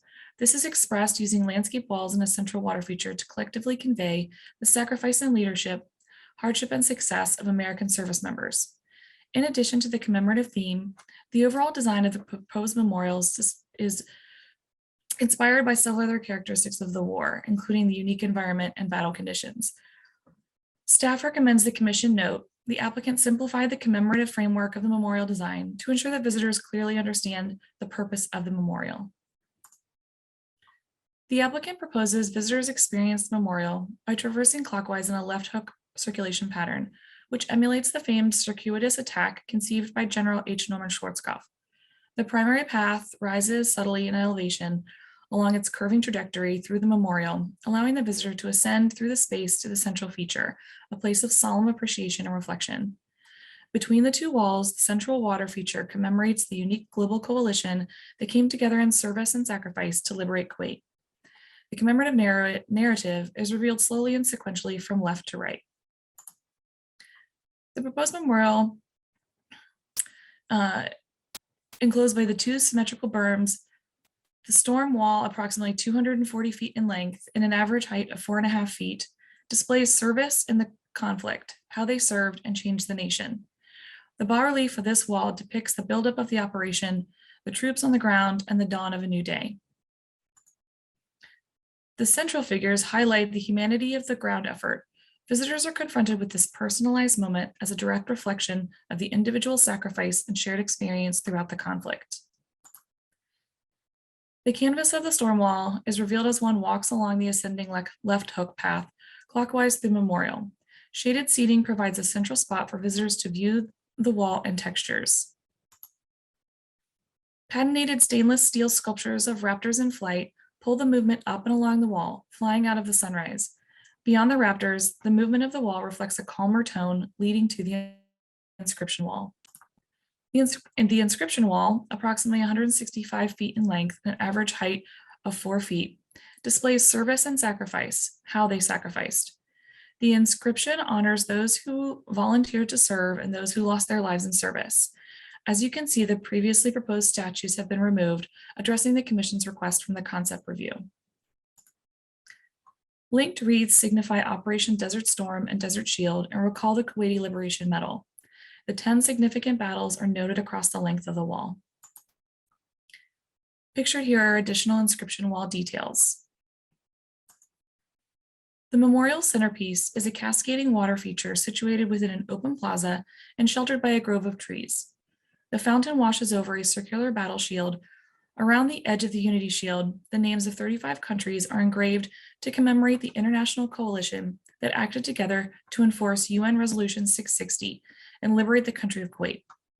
The complete ring of countries highlights the significance of this moment in history, a new cooperative approach to resolving conflict that united the world and marked the end of the Cold War. This commemorative element is designed as a low circular table with water flowing in the center. The wash of the water has various modes of intensity. As a high flow, it emphasizes the turbulence and upheaval of battle. In a gentler flow, water becomes a cleaner, more reflective surface. When the shield is dry, the detailed patterning and battering of the shield are visible. These are additional details of the Unity Shield. Included here are some rendered views of the proposed memorial. Both access points lead to sweeping pathways configured around a central feature meant to express the left hook strategy used by the US-led armed forces. Since the memorial is designed for visitors to circulate in a clockwise ascension from the primary access point on 23rd Street Northwest, the Commission had previously suggested the applicant explore visual cues to direct eastbound pedestrians on Constitution Avenue Northwest and southbound pedestrians on 23rd Street Northwest to enter the site from the 23rd Street Northwest access point. The applicant has included a title on a low wall facing the entries on 23rd Street Northwest and Constitution Avenue as pictured here. Staff recommends that Commission request the applicant determine whether wayfinding from the south and west is necessary to better navigate to the memorial entry. The proposed memorial has a disturbance footprint larger than 5,000 square feet and will need to comply with local stormwater management requirements. The applicant has previously coordinated with the District Department of Energy and Environment on the design and requirements, but further coordination is needed. And staff recommends the Commission request the applicant continue to coordinate the District Department of Energy and Environment on the stormwater requirements to ensure they do not negatively impact the memorial design. This is a rendered view of the center oasis of the memorial. This is an additional rendered view of the memorial from Constitution Avenue. This is an aerial rendered view of the memorial. Since I've already read the recommendations and they are included in the Executive Director's report, I will not repeat them again, but I'm happy to answer any questions that you have. Scott Stumps, President of the National Desert Storm War Memorial Association, is here as well to give a brief statement and answer any questions that you may have. Thank you.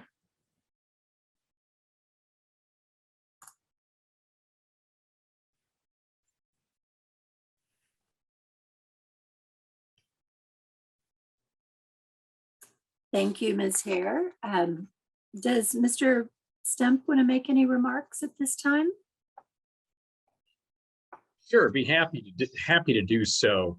Good afternoon, Chairman White, NCP commissioners, and staff. I sincerely can say it's very nice to see you all and to reconvene after this unplanned hiatus over the last 2 years.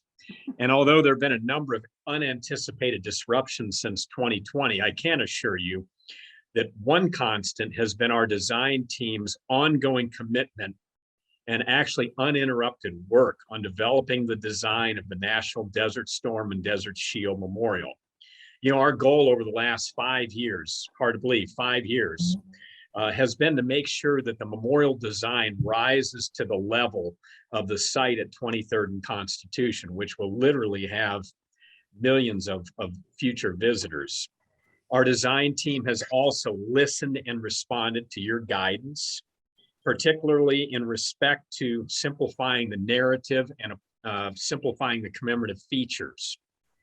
Commissioners, I hope you'll agree that we have accomplished the lofty goal of creating an iconic memorial that's respectful of its setting and that we are on track to receive final design approval. And at this juncture, I'd just like to take 20 seconds and introduce or reintroduce, I can't remember which one I'm doing, the artistic team who is at the heart of these commemorative expressions. Miss Emily Bedard is tasked with all of the work on the bas relief on the walls and the carvings. It's a very, very, pardon the pun, it's a monumental task, but she is extremely talented and we're very fortunate to have her on the team, as we are also for Rob Eccleston, who is in charge of the raptors, the eagle and the falcon sculptures, which my prediction, of course, I'm a little bit biased, but I think that those raptors are going to become an iconic part of this memorial. And while design work has been going on, so has our fundraising. And I'm very happy to report that we're extremely close to having in hand all the funds necessary to break ground. And we hope to commence construction by the end of this year. Thank you again for the opportunity to stand before you, or I guess sit before you again this afternoon, everyone.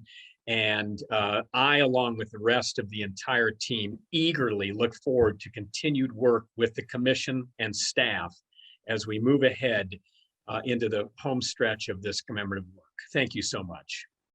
Thank you, Mr. Stump. And thank you, Ms. Hare. Do any of our commissioners have questions? Nope. Well, hearing no questions. We do have one person signed up to speak today, Bernard Byrne. Mr. Byrne, please make sure you are on camera and audio, and we will wait to hear from you. I see you there. You have Yes. 3 minutes to provide remarks, and I note that your testimony was also sent to the commission. So, Mr. Byrne, thank you. Yes, my testimony, written testimony is more information than I'm saying now.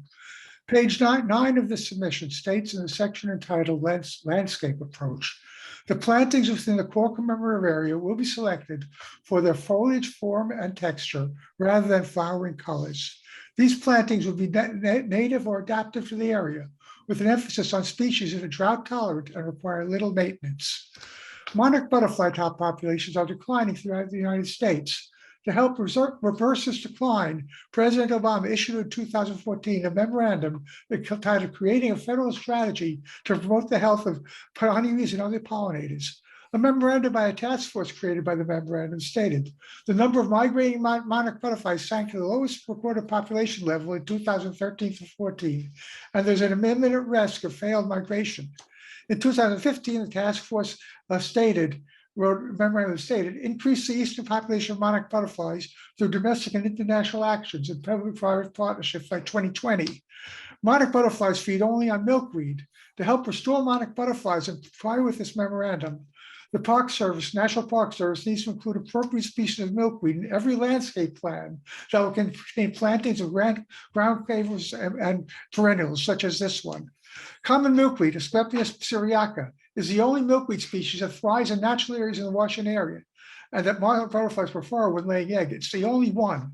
The Smithsonian disease of natural history's pollinator garden contains much monarch milkweed as a common milkweed. As this milkweed grows in spaces that are drought tolerant and require little maintenance, it fulfills the criteria for plantings in the core commemorative area.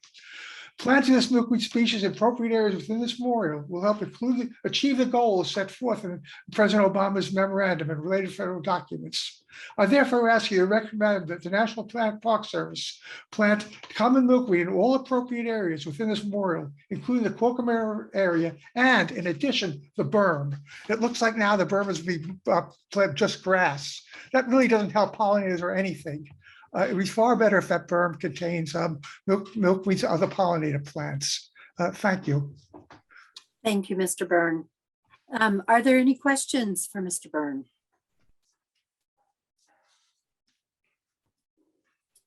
Hearing no questions, I will open it up to the commission for discussion, starting with Commissioner May, and then go in round robin format. So please keep your webcams on during the discussion. And Commissioner May. Thank you very much. I don't have much to say about this because I've had so much to say about this and so many other meetings with Mr. Stump and with the whole design team. So I'm just very pleased that we are at this point and that the commission staff has recommended approval of this preliminary design, and we welcome all the suggestions that have come with it. And look forward to hearing what my fellow commissioners have to say. Thank you, Commissioner May. Commissioner Argo. I appreciate very much the presentation and the work that's done. I think the design is lovely. That's all I have to say. Thank you. Thank you. Commissioner Wright. I'm on a roll today. I think the design is so much improved. It's really hard to believe we're only at preliminary. I feel like this thing has been going on forever. And I have commented at length too before, but I think it's important to acknowledge that I forget, it's some Renaissance master who opined that the artist's job is to simplify. And I think you've done a really good job of listening again. And you've given up some things that were, I think, important to the memorial sponsors in the process. I don't know what color milkweed is. My recollection is that it's pretty, that's like a taupey brown color. And maybe that maybe that's not a bad idea, because my one worry is that the berms do an important job. They do some noise cancellation from the traffic around the site, and they evoke this idea of the dunes. But I would caution, although I've got some nerve cautioning Olin, not to go too lush, because then you'll lose the illusion to the desert. That's so, the memorial composition, I think, does a really good job of threading the needle between the abstract and the literal, which is always the trick in memorial design. I think the better memorials are more abstract. I think the less successful ones are like, you know, reading a book on a wall in a museum. And so the design team's done a really good job of that so far. And I get, that there are oases in the desert, but I think if you go too lush, you'll lose something about the very subtle but abstract allusion to the dune setting. So the plant palette will be really important. I'm not a landscape architect, but I know you've got a good one, so I would listen to them. And then the only, I can't help myself. Scott, I know you love the raptors. And they are beautiful as sculpture. I can't help, but I can't help myself. Even though, again, this ship has sailed and they're going to be there, but they are disruptive to the composition, and in a way that is too bad. Not ruinous, but I wish that they could have been integrated in a different way into the composition. And then finally, I think the most improved part of the whole shoot and match is the shield in the middle. When the idea was first introduced, I kind of looked at it and, you know, like my dog, you know, like what is that, a table? Is that what is that? Is it going to be a map? Is it, what are they trying to do here? And I think now it's very clear what the references are. And I think a lot about this because I took my college roommate last summer in one of the breaks during COVID to see Eisenhower. And I asked her, okay, so what do you think's going on here with all the memorial elements? And she couldn't tell me, unfortunately. I don't think that's the case with this one. I think all of the elements hang together and are from a narrative standpoint, and they also, from a design perspective, are beautifully woven together. So I'm really, even the raptors can't wreck it for me. I think you've done a beautiful job, and the key will be the plant palette. Thank you. And now we go to Commissioner Dixon. Yes, first of all, I support comments made by others, and I do hope that we will consider the bees when we do this in terms of the plant palette. Thank you, and looking forward to seeing it move forward. Thank you. Commissioner Cash. Thanks. I really do love the design. I think it's inviting. It has just, it's designed well enough where it evokes just that little bit of the desert landscape that we talked about. So I think the design really is great. Maybe I'm biased because here at the Wilson Building, we are across the street from a de facto skate park, but I do look at this and worried. I don't know if this is National Park Service or whatever, but just making sure that you don't have some kind of improper uses here, because I think that same swirling thing could just maybe be a magnet for folks riding their bikes and everything in there. And I know that's an issue down at the FDR. So that's just kind of the one thing that pops out at me, because then I get worried that you have to put those things in place to discourage that. And I hate to break up this great design. And the only other comment, because I always have to comment on a water feature, is I think the water feature looks great. I hope the water feature will be in use, because that's an integral part of the design and why it was designed that way.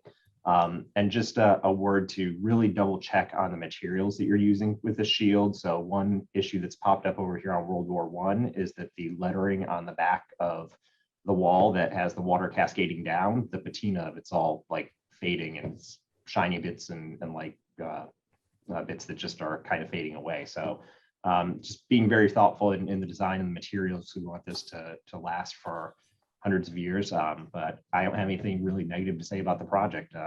Great work, and I think the simplification, I echo that sometimes the best things are to just simplify it a little bit. So thanks. Thank you. Commissioner Davis. Yeah, thank you for the presentation. Really appreciated hearing everything and seeing the design here. No additional comments from me. Thank you. Commissioner Steingasser.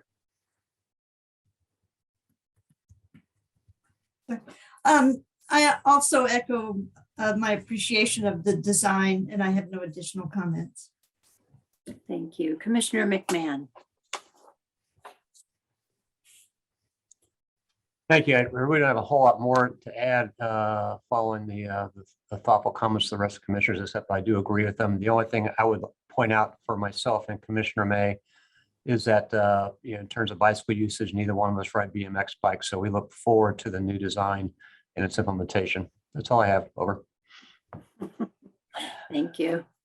Well, if there are no other comments or questions, I would also offer that sometimes less is more, and this certainly bears true in this case. I think the simplification of the commemorative elements has really made this design more elegant and brought focus to the story of the international effort portrayed here. I love the design of the water feature, as many others have also stated, with or without the water. I think it's a really beautiful element. And I think this will really be appreciated as an oasis in the city. And in response to Mr. Burns' testimony, I so appreciate the continued effort to think about butterflies and bees and how important our pollinators are. And I understand that the design of a memorial or cultural landscape necessitates a specific vegetation, but I do encourage National Park Service and all of our applicants and colleagues to incorporate native pollinator plants wherever possible. I know you work hard to do that. And if there is a way to think about that as you finish up the project, that would be great. And at this point, Mr. Stump, just congratulations to you and your entire team for getting the project to this phase. It really is quite elegant. And with that, I would ask, is there a motion to approve the preliminary site development plan? So moved. Second. Thank you, Commissioner Argo. I'm sorry, who seconded? Commissioner Second. May? Yep. Thank you very much. Ms. Coster, can you please confirm the motion and second, and then take the vote by roll call? Yes, thank you. The motion was made by Commissioner Argo, the second by Commissioner May. And with that, Commissioner Steingasser? Yes. Commissioner McMahon? Yes. Commissioner May? Yep. Yes. Commissioner Argo? Yes. Chair White? Yes. Commissioner Wright? Commissioner Wright? Oh, sorry, rookie move. I was on mute. Yes. Commissioner Dixon? Yes. Commissioner Cash? Yes. Commissioner Davis? Abstain. Thank you. The motion is approved. Thank you, everyone. Thank you. Thank you, Mr. Stump.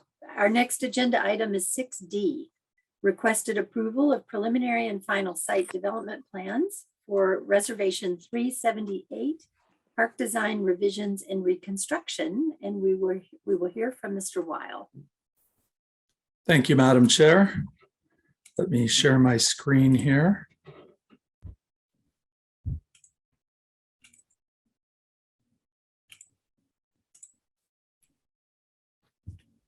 Okay, can you see my presentation? You can. Okay, great, thank you. Good afternoon, Madam Chair and members of the Commission. The National Park Service, in coordination with the Federal Reserve Board, have submitted preliminary and final site and building plans for the redesign and reconstruction of the park at Reservation 378, which is located along Virginia Avenue Northwest in Washington, D.C.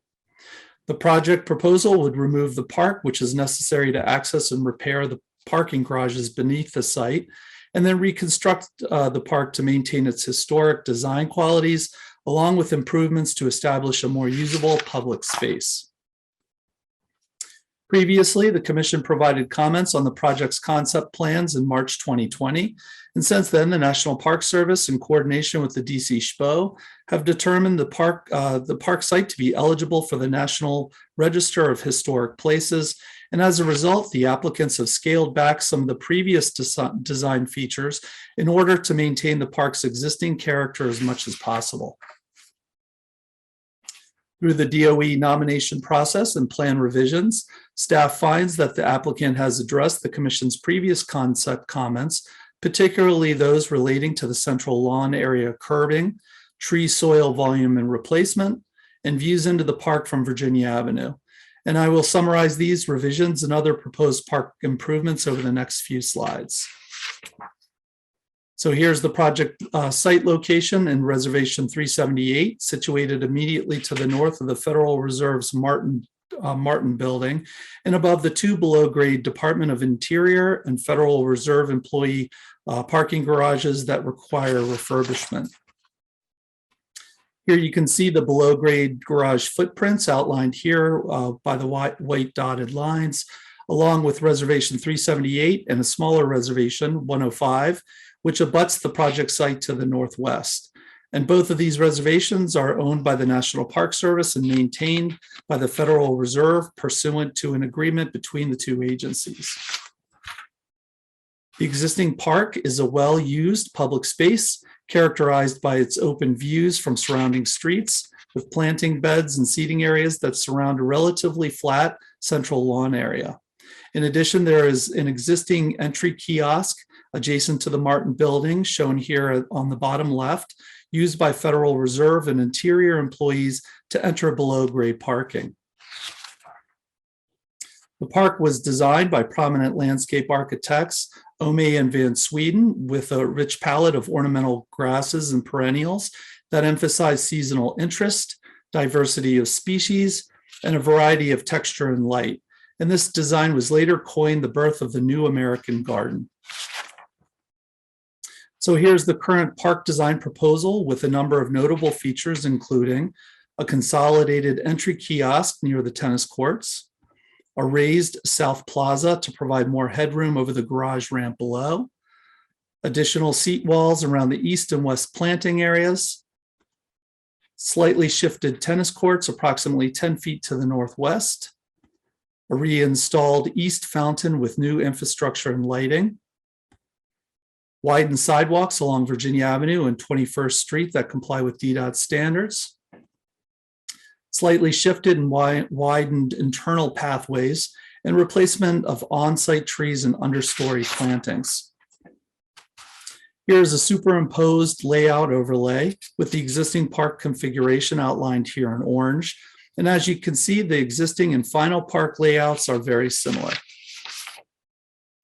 And reconstructed primary, secondary, and tertiary paths would have similar widths to the existing interior pathways today.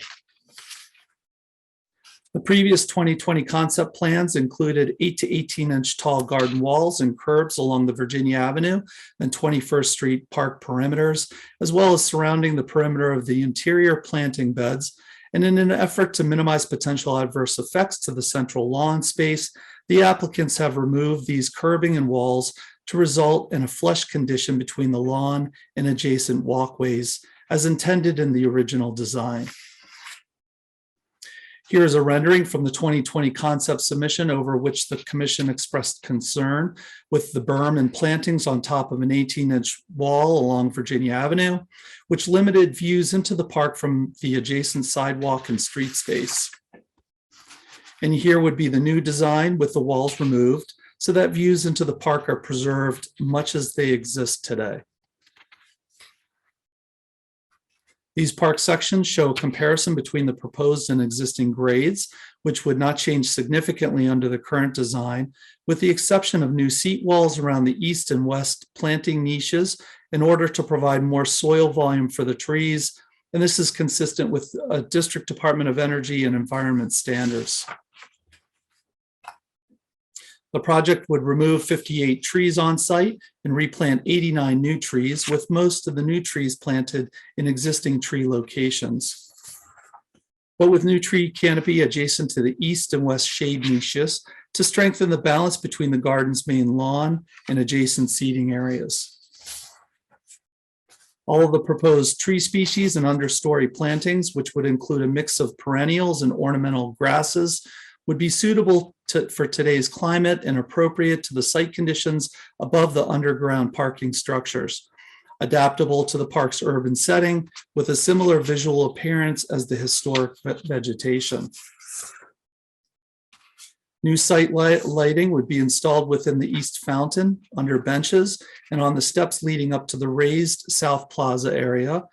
And final plans show new ADA accessible benches along the east and west seat walls, which would increase the park's total seating capacity to 214 seats, which is an increase from its current 64 seat capacity that exists today.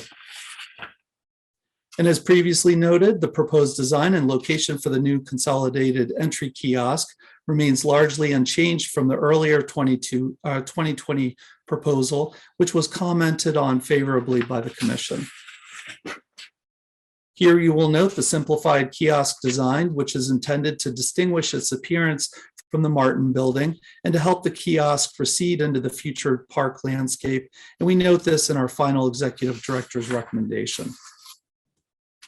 In conclusion, based on the scaled back changes that the applicants have made to the previous 2020 concept in response to previous commission comments, staff is recommending final approval for the park design based on its balance between preserving the original design intent with current programmatic needs and environmental constraints. And we note these points in the final executive director's recommendation. So here's the final recommendation, and I will forego rereading these as I have already covered each of these points in my presentation. However, I would like to note that we have several representatives here from the Federal Reserve and project design team who are available for any questions that the commission may have. Thank you. Thank you, Mr. Weil. Do the commissioners have any questions for Mr. Weil or the representatives that are here with us today? If there are no questions, we do have one person signed up to speak today, Mr. Byrne. Please make sure you are on camera and audio, and we will wait to hear from you. You'll have 3 minutes to provide your remarks. And I note that your testimony was also posted along with the executive director's recommendation. Thank you and welcome again, Mr. Byrne. Yes, thank you. This is on a similar subject, but a little more specific, because this project is very specific. The planting plan on sheet of LA 601 contains a plan schedule south that lists 18 species of perennials. Sheet number 21 LA 601 provides further information about these species. As I stated earlier, President Obama issued a 2014 a presidential memorandum entitled "Creating a Federal Strategy to Promote the Health of Honeybees and Other Pollinators." The task force stated increase the eastern population of monarch butterflies to 225 million through domestic and international action and public partnerships by 2020. Monarch butterflies feed only on milkweed. However, neither of those two sheets list any species of milkweed. The park will therefore do nothing to help restore monarch butterfly populations, and according to the memorandum, unless the National Park Service revises those sheets to enable them to list milkweeds. Common milkweed, as I stated previously, Asclepias syriaca, is the only milkweed species that thrives in natural areas in the immediate Washington, D.C. area, and that monarch butterflies prefer when laying eggs.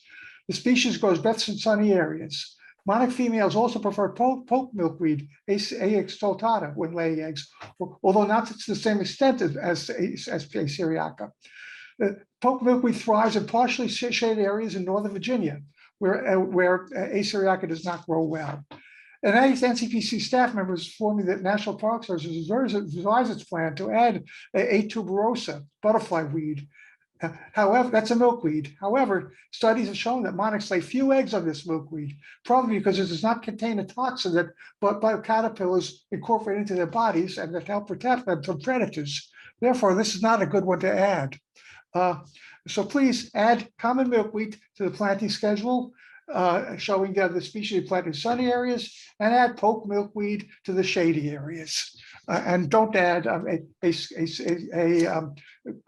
tuberosa or butterfly weed, because it just won't attract monarchs. And not it's a pretty milkweed. Monarchs will come and visit it, but they won't lay eggs on it. Very few will. Okay, thank you.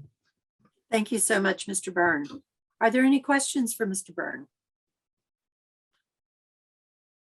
Hearing no questions, I will, Commissioner May, did you have a question? No. I will open it up to the commission for discussion, starting with Commissioner Dixon and then going in round robin format. And I would ask that you keep your webcams on during the discussion. So Commissioner Dixon. I have no questions, but I'm pleased to get the information about the milkweed and other plants. That's very helpful. Thank you. Thank you, Commissioner Cash. Thanks. Actually, I should have asked this earlier, but I did have a question on page 6 of the EDR in the third to last paragraph that's talking about soil volume in the trees. In 2 places it says that, so essentially the trees are the trees that have to come out and then be replaced one for one. That's just because there's not enough volume there right now to let them keep growing into the future, given the ceiling of the garage. Is that the primary purpose they're being pulled out and they're not like dying or anything? So I can tell you that a lot of there are some trees that are in poor health. As to the exact trees and the replacement volumes, I would defer to one of the designers, maybe Eric Groft or Melissa Cohen for that question.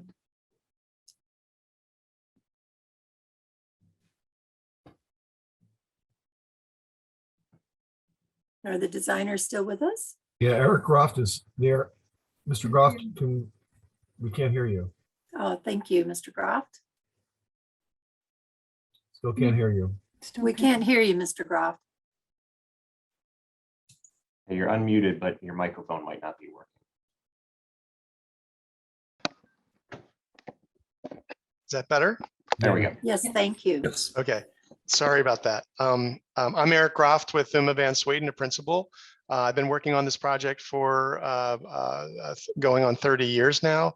And all of the trees have to come out because all the soil has to be removed to repair and waterproof the garage.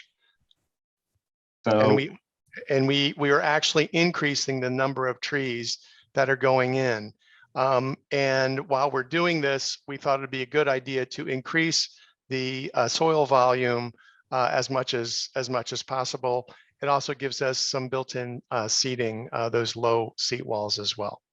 I'll just say, and maybe I'm a broken record sometimes on the trees because my walk to work happens to be down 14th Street past the World War I and Franklin Park, but it's always a shame when we have to take out trees that have been there for a while because we lose that growth. It's going to take years for these canopies, I think, to really develop.